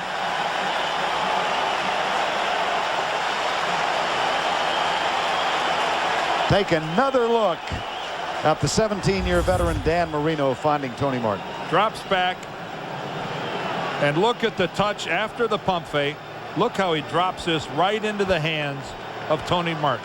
Allows him to make the adjustment. By that time, he's got a step on Jeff Burris. 12 out of 20, 186 yards, a pair of touchdowns, 1 interception. And of those 12 completions, I can think of at least 4 drops by Marino's receivers today. Look at that, 53 touchdowns against the Colts. That's a career for many guys. Well, every pass he throws, it's a record of some sort. Right. Now the crowd's here. Play action from Manning. Deep left side on the crossing pattern. And this one is caught by Harrison. And bingo, here comes Indianapolis again. This game has been a game of these teams answering one another. Every time one of them has a real productive drive and comes up with something, the other team comes right back and answers. Into the Miami zone, and that's a rare look at Miami sitting back in the zone. And I'm wondering if they're getting a little gun shy of locking Surtain up on Marvin Harrison. How's this on first down? Marvin Harrison, 5 catches each in this half. That's Harrison in motion. Edgerrin James bounces to the outside, followed by Robert Jones, who drags him down at the 46-yard line. Second down. Well, and again, the luxury of picking up 6 yards on first down changes everything for the offensive team. This team is second in the NFL on first down yardage, second only to the St. Louis Rams, averaging better than 6 per first down. James, another sloppy tackle. Edgerrin James to the 36. That's a gain of 18. You know when a running back is tough? When the majority of his cuts are back to the middle of the field. There's the stiff arm again. Zach Thomas can't do it. But when faced with a decision, it's always back to the middle of the field for Edgerrin James. And is this guy developing a stiff arm that every defender in the league is going to start paying serious attention to? That time a little love tap on the helmet of Zach Thomas. Oh, looked like an Ali jab in his prime. 125 rushing yards for the Colts. And here's Manning with a play fake to Edgerrin James. Deep right side, intercepted. Picked off, and the chase is on for Patrick Surtain. The high school antagonist, Bishop Newman in that man's case. Carr in that man's case. They have at each other on a Sunday afternoon in December in the National Football League. Well, Peyton Manning obviously was expecting a much bigger break to the sideline by his receiver. Again, play action, nothing new there.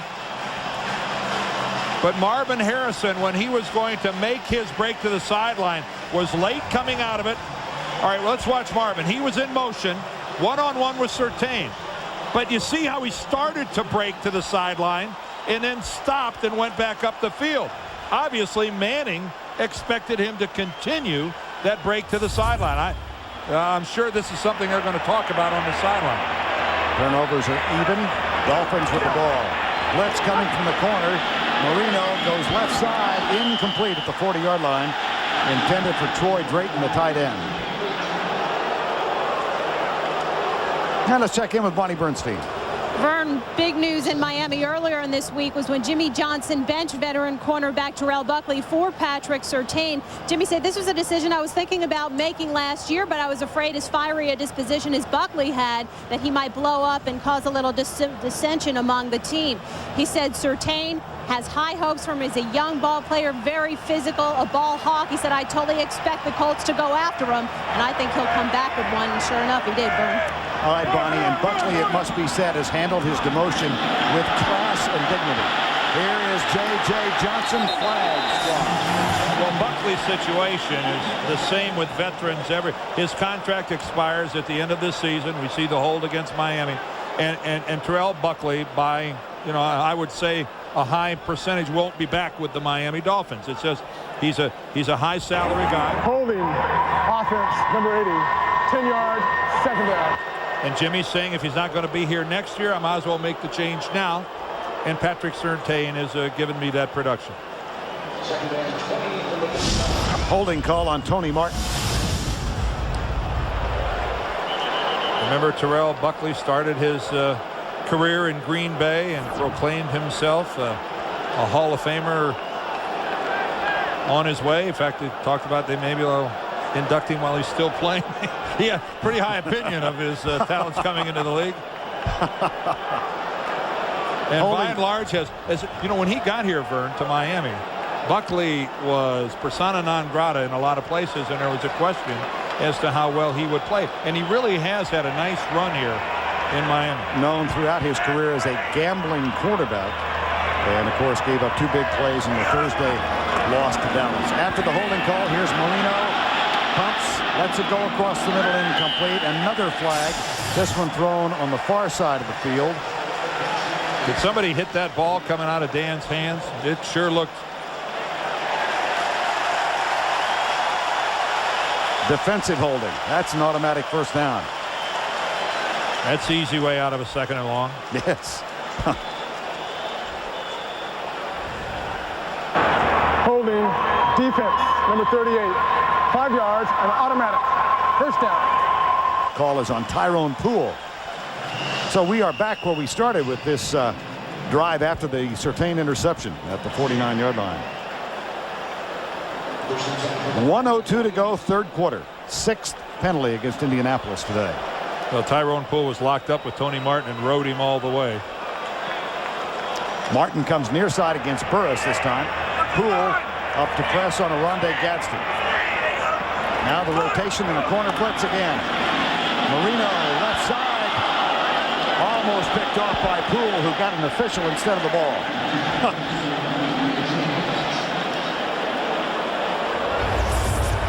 Sid Seaman, the head linesman.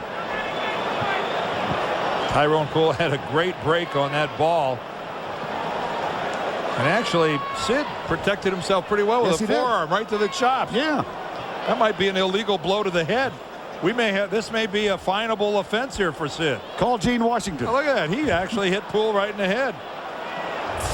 I don't know. We can't tolerate that type of behavior out of the official crew. Second and 10. Unacceptable.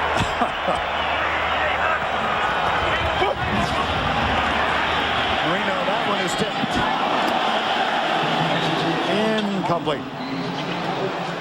All right, I know you fellas made note of Bruce Matthews in his 260th game for the Tennessee Titans today.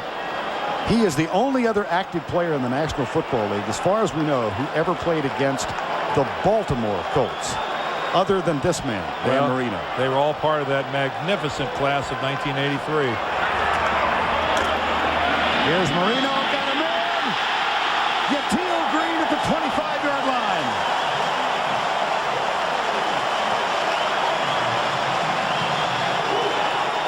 Well, this time Indianapolis sitting back with a 2-deep zone with their safeties, and Green working out of the slot. Util right there in the slot working against Jeff Burris.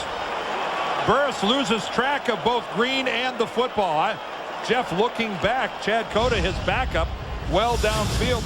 Burris looked like he got a little disoriented when he looks back to the quarterback way too late. The ball was by him. Could be the final play of the third quarter. First down at the 25.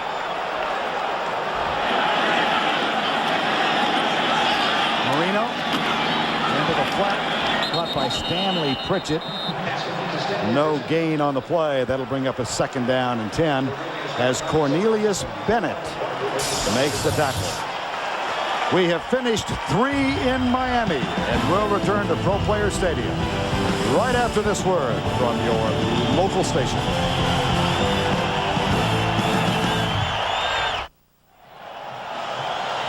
We welcome you back to Pro Player Stadium in Miami. Vern Lundquist, Dan Deerdorf, Bonnie Bernstein.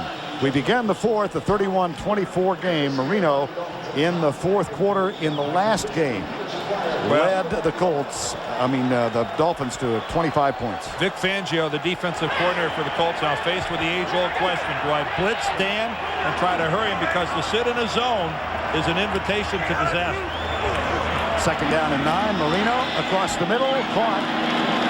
Mike Barber is there to make the tackle immediately on Aronde Gadsden, and a very modest pickup of a couple.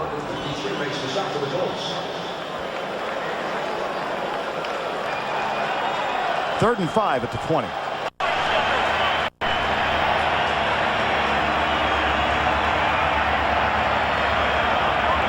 Colts showing blitz. Here they come. Marino reading blitz, fires it out on the right side. That's a first down as Gadsden is out of bounds with a first and goal at the 1. A flag comes down. Well, a flag comes down very late. Well, the first rule of thumb is if you're going to blitz, you know it's going to be a short pattern and you got to tackle.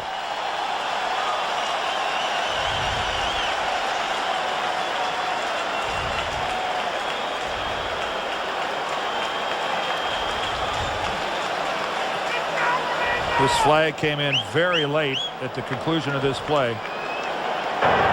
Personal foul, unnecessary roughness, number 90 of the defense.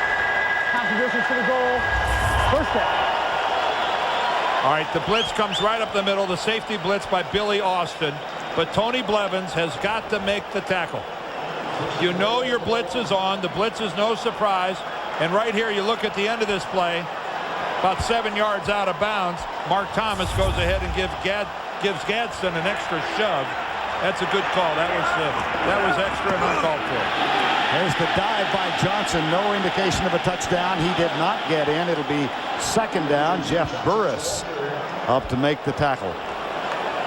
Well, I had mentioned, Vern, about Vic Fangio and what was he going to do. And he came with the blitz.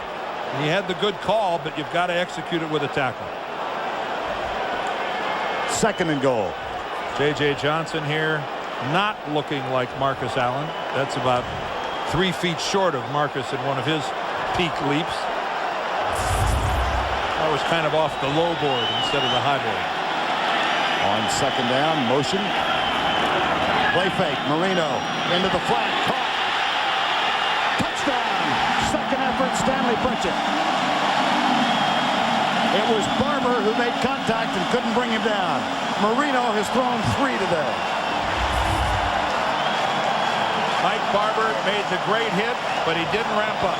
Here it comes. No, it's going to take a little more than that. It's going to take a lot more than that. Stanley Pritchett has been getting it done here in Miami for the last 4 years. And at 240 pounds, it's going to take more than a shoulder hit to knock Stanley off his feet. Olindo Mare ties it up. The Dolphins have come from 14 down to notch it at 31.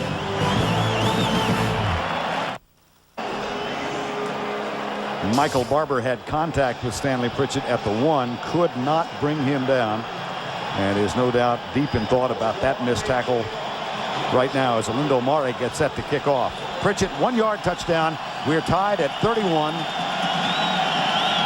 Larry Izzo, special team star, gets set to come down on kickoff coverage. This kick is being made into the wind. And it will be returned by Wilkins, who grabs it at the 7. Brought down at the 29. We're in the midst of a bit of a Hall of Fame event right here. This is one of the better football games I've seen in a long time. On first down and 10, Manning now moves under his center, Larry Moore. Play fake. Looks left, fires it left, incomplete. Nope. Out of bounds. Yep. Wilkins made the grab, but he was not in. Boy, this is an aggressive throw by Peyton Manning.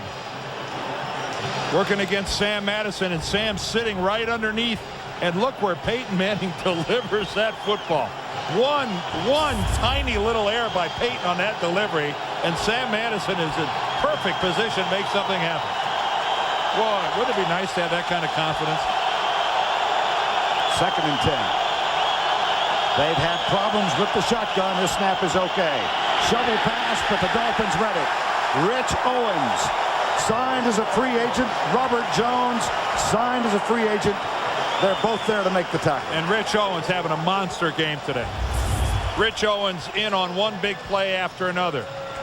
The Colts have run this shovel pass before, but Rich Owens just trails it all the way. He's all over Edger and James. Again, that's just the byproduct of being shown the look during the week by your coaching staff and, importantly, remembering. 3rd and 11.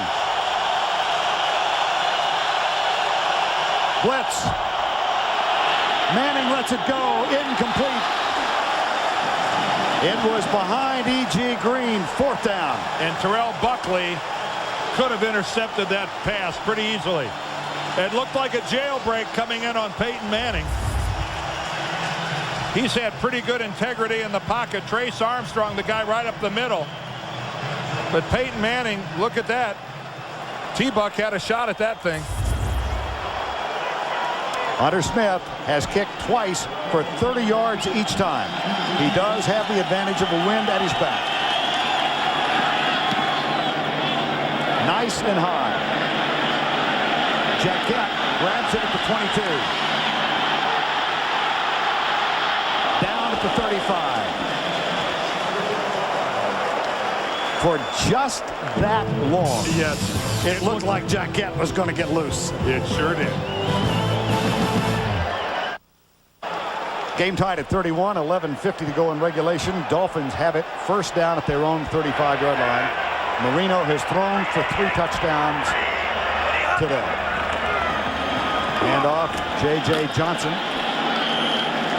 And he gets out to the 38-yard line. The tackle made by Chad Cota. And we check in with Bonnie Bernstein. All right, Vern, this is exactly the type of position Cornelius Bennett did not want his Colts teammates to get into. Of most of his 13 years, he played against Dan Marino as a Buffalo Bill, and he said, I know what Dan's like. He never feels like he's out of the game. He never quits. He said, we have to be able to put the nail in the coffin. They blew a 9-point lead when they played the Dolphins earlier this year. They can't let that happen again, Vern. Well, they have seen a 14-point margin evaporate. Here's J.J. Johnson.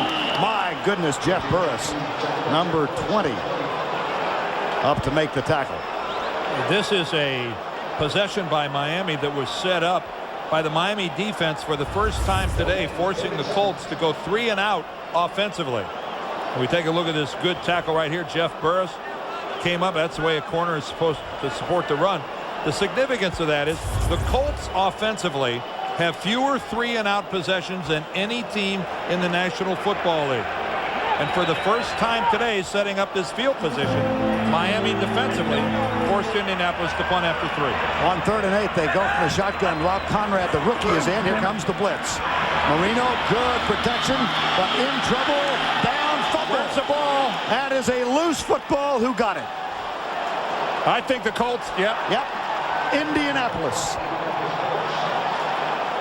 Cornelius Bennett was the first man there. Well, how appropriate is that? Where Dan was going, because he spun around, he made a 180 and tried to head out the backside of the pocket. It's good protection. That is good protection, but he pivots, and the right hand with the football in it is hanging low, and in that rotation it gets knocked loose. Mike Peterson with a fumble recovery. Colts have it at the 31, 32. Manning, James loses yardage. Boy, they have honed in on Edgerrin James in this second half. Well, it's to make up for the lack of honing in the first half. Dan Marino, 17 years, 38 years old. But, Vern, that's the type of a play that if that was done by a second-year quarterback, we'd say what a terrible mistake that was by a kid who didn't know what he was doing. Dan knows better than that and has to take better care of the football. Second down, 11. That's Dilger in the backfield. They hand it off to James. No, it's a fake, but the Dolphins were not fooled. Armstrong got there.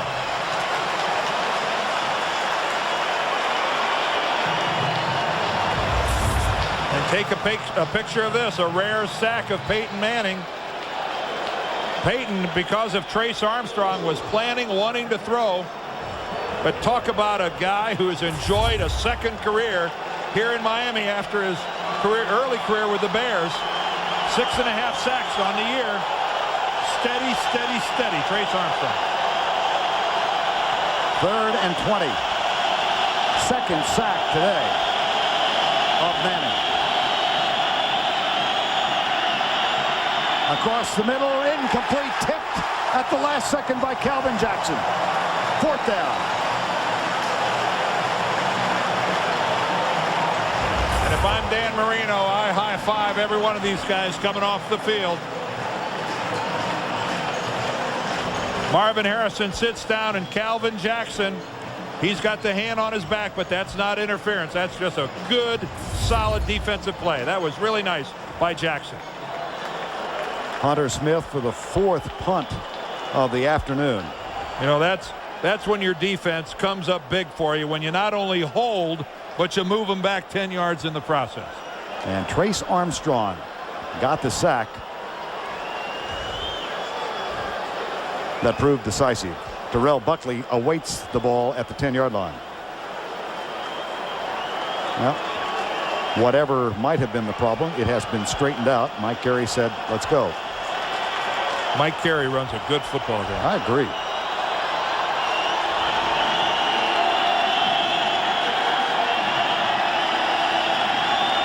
Banta will snap it back.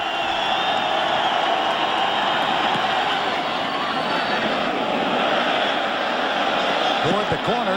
Out of bounds at the 2. Steve Muhammad was downfield. Number 31. So the Dolphins get it back. 8:47 to go in regulation in a tie game. That punt came off Steve Muhammad's right foot and was marked out of bounds at the 5-yard line. Yeah, watch this. He's the gunner on the play. Watch it hit his right foot right there. And that's what really diverts the direction of the football and kicks it out of bounds. Literally kicks it out of bounds. Now, you are not allowed to kick the football. I don't think the official saw it. Steve Muhammad, I'm sure, isn't even aware. Pele's not that good. Now the ball was spotted where the contact was made at the 5-yard line. And here's Marino handing off to J.J. Johnson, who gets 4 out to the 9-yard line over left guard. Mike Peterson makes the tackle. If that kick is intentional, right, that's a penalty situation. An unintentional kick is not. I don't know how anybody could look at that and say nobody's that good to kick that intentionally. Tony Martin is the motion man on 2nd down. Marino moves to his left, goes across the middle, has a man at the 23. The catch made by Gadsden. And how about the block to give Dan Marino time on Cornelius Bennett? With Stanley Pritchett showed that he's not only a good receiver, he's an outstanding pass protector as well. You're going to see him. There he goes, driving Cornelius Bennett right across. Dan Marino steps into the void created by that block and finds Gadsden for the first down. 5 catches for Gadsden for 80 yards, a first down at the 23. Clock at 7:35 and running. Handoff Johnson, hauled down Cornelius Bennett. Looked like a slingshot as he went around him. Well, Biscuit comes right back and makes the play. Strong side linebacker. He fills and shoots the gap. And that's a good backside read because the play is going away from him. As a linebacker, you take a chance when you fill a backside hole. You better get there because you're not in pursuit. He did. Second down, 13.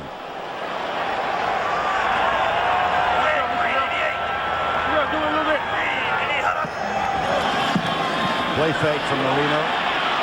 Again, he's got protection, but he has to throw it away. Dan took a pop back at the 5-yard line. And a cameraman goes down.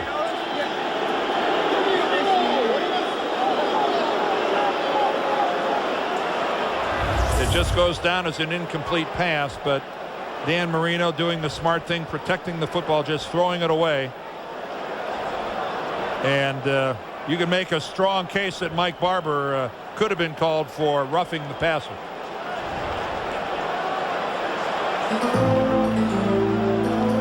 And that is getting right on top of the coverage. That was real borderline by Barber. He got away with one. 3rd and 13. 4-man Colt rush. Actually a 3. Marino steps up and Rob Conrad is there, but the umpire might have distracted his vision. And it will be 4th down. Well, the umpire, more than any official on the field, finds himself in the middle of the action. It's what happens when you're only 2 or 3 yards from the line of scrimmage. Dan, under heavy pressure, tries to dump it to Conrad. Look at Dan's awareness. And it touches Conrad right on the hands. Rob should have pulled that in. Here's Tommy Hutton on 4th down. Wilkins takes it in at the 36. Out of a tackle and near midfield, breaks another. He returned the kickoff 97 yards against these same Miami Dolphins. The first time these two teams played. That is a 25-yard counterpunch by Wilkins. Shots from overhead and down on the field. The Miami defense dancing and trying to get the crowd into this. I don't think I've ever seen anything quite like it. All 11 guys dancing to the music being played on the PA system. The crowd's going nuts. From the 37, 1st and 10, Colts in the tie game. All 3 timeouts left for both teams. Edgerrin James bounces down to the 32, maybe the 31. And here are the last 4 Indianapolis possessions. In stark contrast to the way they started the game. Look at that 2 3-and-outs. And then just a 4 and a 5 play drive. But this, again, the luxury of a big James run on 1st down creates lots of opportunities for the Colts. 2nd and 3.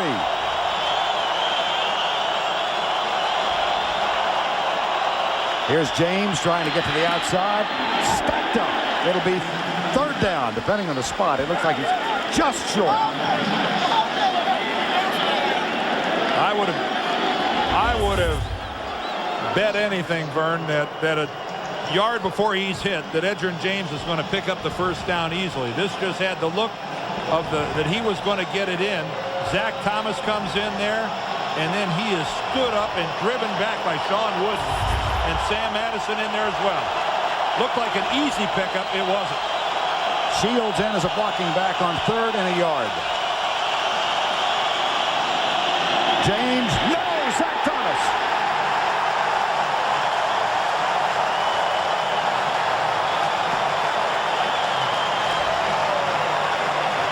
Well, I talked earlier about Edgerrin James, and when given a chance, more often than not, he cuts to the middle. This was a mistake, cutting to the outside. That's a short yardage situation where you got to just lower it and go. That's playing right into the hands of Zach Thomas with that pursuit. Mike Vanderjagt has hit 16 in a row, 1 for 1 today. This from 48 yards out to reclaim the lead. Got it!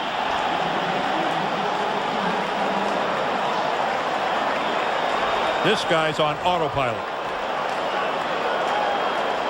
A one-time teammate of Doug Flutie with Toronto in the Canadian League. Mike Vanderjagt, the hold by Steve Walsh, the good snap by Banta, and this kid has just been rock solid.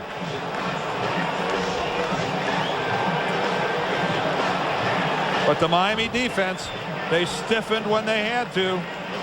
Two good, outstanding plays on Edger and James, forcing a field goal try.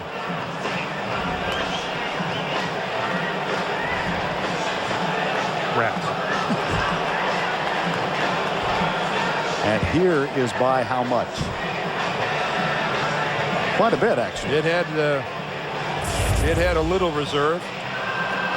Now, Doug Flutie was telling us last week that whenever the Colts have played the Vern, when the kickers are getting to be this big. Vanderjagt is 6'5", 210. Whatever happened to the little Gogolak guys and stuff like that? Now we got kickers bigger than linebackers used to be. What's going on? Vanderjagt 17th in a row. Now he does not have a strong kickoff technique, so they use Danny Kite. How can a guy that big not kick off? Physics is an amazing thing, isn't it? It's a great gig Vanderjagt's got going here. He doesn't have to run down on kickoffs and get creamed like Danny Kite does. Jaquette is the deep man. Again, Brock Marion out in this half because of a contusion in his thigh. Here's why Danny Kite is the kickoff man. Oh, that's why. Well, Vern, my man. Yes, sir. Put on your seatbelt because this is, I've been here before. Haven't we all in these 17 years? Dan Marino down by 3. 4 minutes and 17 seconds on the clock. And watch the artist go to work. I am suitably cinched up. 1st and 10. Blitz. Play fake. He comes left for Gadsden, who gets by Jason Belzer. Out to the 35 with a stiff arm and down at the 43. Nice start. That's 23 yards. Well, Tyrone Poole comes on the corner blitz. Dan reads it and, of course, goes right to the... There goes Poole breaking on the blitz. And, of course, Dan comes right to Gadsden, even though he almost falls down. But on a blitz, your DBs have got to tackle. And that time it's Jason Belzer with a miss. Here comes Poole. Look at Dan. He recognizes it and immediately goes to where the blitz came from. 1st down and 10 at the 43. The blitz coming again from Cornelius Bennett. And the corner. And Poole hits him as he lets it go, but he's got Tony Martin. Marino was hit by Bennett and Poole. A 15-yard gain. And out of respect for Tony Martin's speed, being given a huge cushion. This is again, Dan knows Poole is coming, knows he's going to take a shot, but Jeff Burris gives way too big a cushion, and boy, that shoulder in the ribs, that'll leave a mark. 1st down and 10 at the 42-yard line with 3:27 to go in regulation. No blitz this time. Out of the backfield, caught by Johnson. Stunner step. Comes left and is down at the 35-yard line by Mark Thomas. Well, how about Mark Thomas showing a little hustle for a defensive end coming all the way from the other side of the field to make that tackle. The tackling by the secondary has been suspect. That's one way to correct it. This the first game of our doubleheader. Most of you will see Seattle and Oakland in the second game. Others Kansas City, Denver, or Cleveland at San Diego. 2nd and 3. Ball at the 35. Johnson going right. Pritchett with a bit of a block. And the spot will come at the 32-yard line. Larry Chester, number 64, with the tackle. This is the stage of the game where I'm sure Jimmy Johnson and the Dolphins wish that it was about 10 or 15 degrees warmer here in Miami for this game. It's pretty cool, and it's a large advantage for Miami this time of year to play down here when it's really hot. And I know that they don't think it's nearly hot enough, because this would be the point in the game where Indianapolis and their defense would be really struggling for a little air. Now here is the stretch at the request of Jimmy Johnson. This weather has definitely helped the Colts.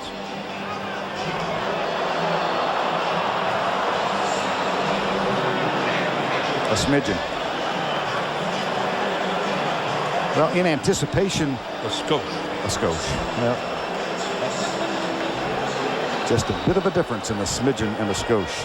Here's what's at stake. Indianapolis comes in riding on a 7-game win streak.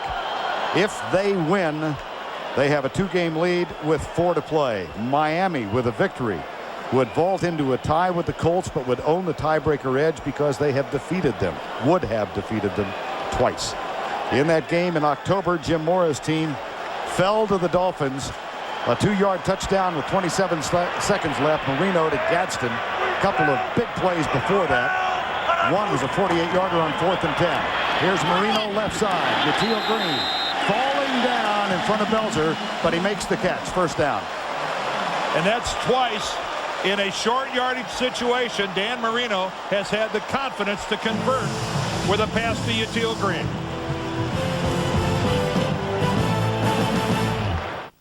Two minutes remaining here in Miami. Both teams with all 3 timeouts left. A 47-yard field goal for Miami now if they don't gain a yard. But the key there, Vern, all 3 timeouts left. And that means Dan Marino is not thinking about Olindo Mare. He's thinking about the end zone and a touchdown. He's got the confidence to stretch it a little bit, and I think he's got some of the weapons working for him now. And Marino has hit 10 of his last 12. I don't see just them going. I think Dan has the confidence to try to win this by himself.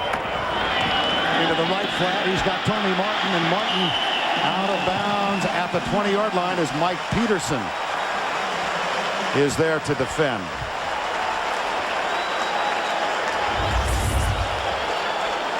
Pretty high percentage pass again. Dan Marino with good touch all day long. Tony Martin being given lots of room. He's got the speed, although the shorter the field gets, the less you need to give him a cushion. And Jim Mora, I think justifiably so, a little concerned because he has seen this before out of this guy. Haven't we all? 1st and 10. On the ground this time, Johnson. Little stutter step, moves to the 18-yard line. Mike Peterson, number 52, with a tackle. And Miami doesn't want to use their timeouts now. They're just fine with this clock running the way it is because regardless of what happens, they want to minimize how much time is left on the clock should Indianapolis get the ball back. So they're in no rush to start calling an end to this. And now they have to because they make a mistake personnel-wise. Dolphins have to burn 1. They have 2 remaining.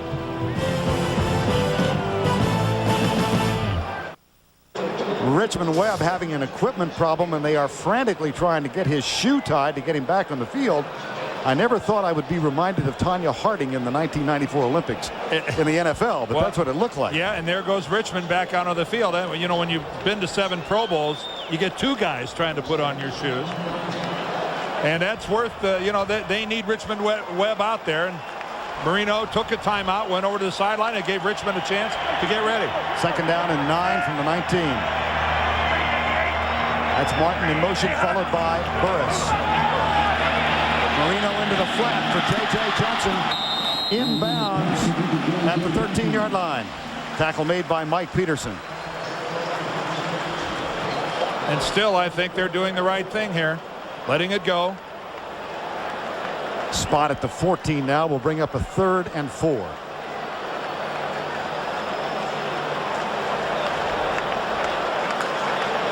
Although you're this close to the end zone, a win is what they're looking for. Forget overtime. Gadsden and Green to the right side. Now Martin joins them. Marino drills it, tipped, incomplete. It'll be 4th down. The ball was tipped by Mark Thomas, number 90. Just as Rich Owens for the Dolphins has been having a big game at defensive end, so is Mark Thomas. Look at him elevate up there. And did he touch it? He flicked it with a finger, I guess. And you could see how he altered the ball when it went down. At first it looked like he went by it, but no, he did hit it. Ed Perry will snap it back. Olindo Mare from 32 for the tie.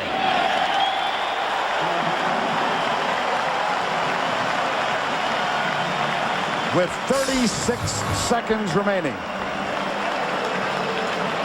We're tied at 34.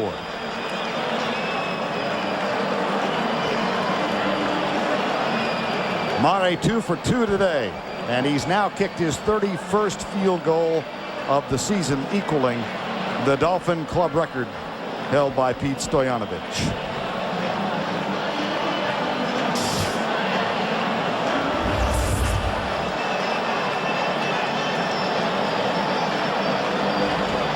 Olindo Mare gets a good hold, gets a good look at it right down the middle. But did you notice the response from the people in this stadium?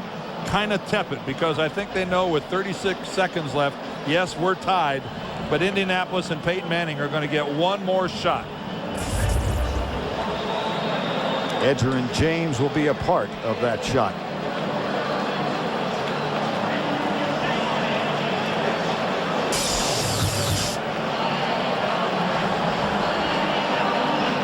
.36 seconds remaining in regulation. Mare has just tied it up with a 32-yard field goal after Vanderjagt had hit one from 48 yards out to give the Colts a temporary 3-point lead. A 66-yard drive in 10 plays. Indianapolis at one point in this quarter was up by 14. We're tied now. And the key here, Vern, is I think you've got to be careful about kicking this ball away to Terrence Wilkins. I would knuckleball this thing, trying to minimize his return. He had the 97-yard kickoff return in game one. Here's Wilkins from 98. Nothing doing this time. He is down at the 31-yard line. The tackle made by Jerry Wilson. Although that's not bad field position, getting it up beyond the 30-yard line. But boy, I'd have been tempted to try to keep it out of the hands of Terrence Wilkins. Manning for the day, 226. Intercepted twice. And he has all three.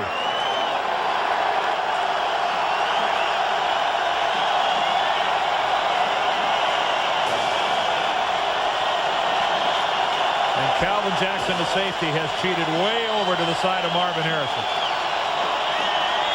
Here's Manning, and that's Marvin Harrison all the way out to the 48-yard line. And there's a quick timeout. There's a quick timeout. So they use 6 seconds on that pass to Harrison.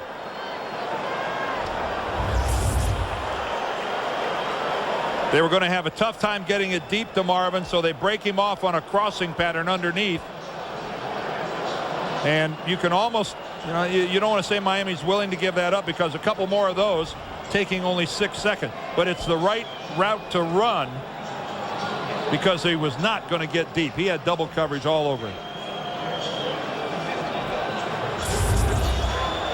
6 catches for Harrison for the day, all in this half. Mike Vanderjagt has hit 17 in a row for the Indianapolis Colts, hoping to get one more shot for the win in regulation. Here comes Indianapolis. 1st and 10, 2 timeouts left. Harrison starts in motion. It's a crossing route for Harrison again, down the middle of the 34-yard line. And that's a gain of 18. And now he takes another timeout, Vern. So now there's 17 seconds left on the clock. Indianapolis has 1 timeout. And I don't know why. This seems to be coming as somewhat of a surprise to Miami that Marvin Harrison is the go-to guy.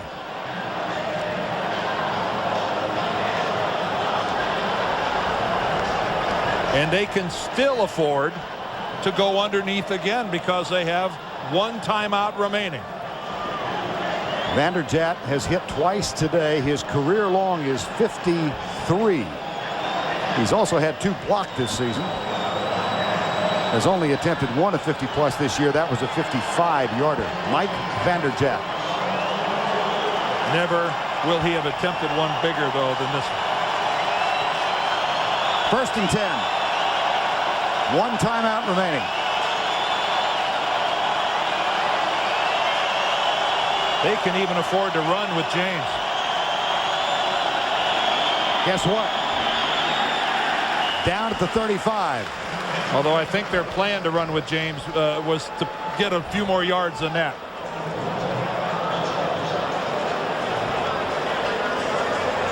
Time called with 6 seconds left. And Mike Vanderjagt, a 29-year-old who played collegiately at West Virginia, with a bit of a smile on his face as he comes out with what appears to be an attempt from 52 yards away. Now the flags on the top of the stadium are directly in Vanderjagt's face.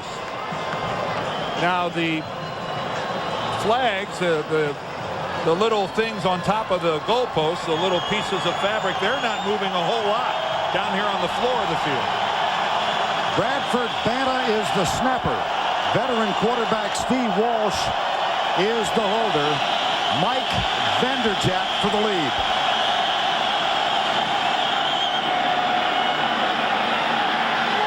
Yes! The lead and the win, Vern. The clock expired. The game's over.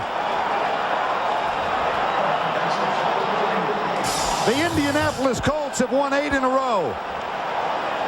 Mike Vanderjagt has hit 18 in a row. And Jim Mora's Colts go back to Indianapolis, a 2-game lead in the AFC East with 4 remaining. And I think of what Jim Mora told us yesterday. If we should leave here with a win, I don't know what to think of this football team, because this is beyond my wildest expectations.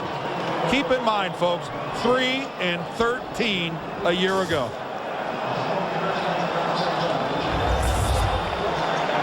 Nice job by Steve Walsh.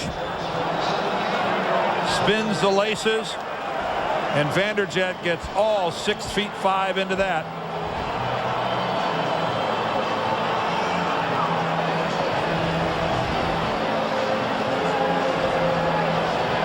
Not much of a rush up the middle. It was low.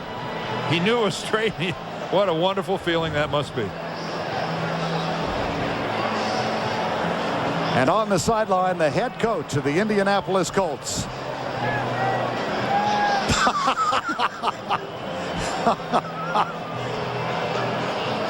That's Jason Belzer, who went for a ride. Well, and I think Jim said, hey, Jason, my man, I'm not 22 years old. You could hurt a guy doing that.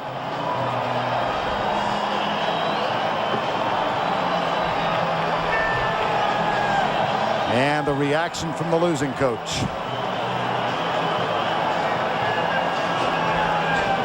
And there's a band of great popularity called Dire Straits. And that's where the Dolphins find themselves. Well, at least one question was answered today, and that is that Dan Marino, remember, rust or decay? It was rust. And rust can be scraped off, and I think in Marino's case, it has been. Here's the way they line up now after this game. Indianapolis at 10-2. Miami now tied with Buffalo. New England with a huge game for the Patriots tonight against the Dallas Cowboys. And actually, Vern, in those, Buffalo has beaten Miami twice. Our final score again, 37-34. For Bonnie Bernstein and Dan Deerdorf, I'm Vern Lundquist saying goodbye from Miami. The doubleheader coming up next.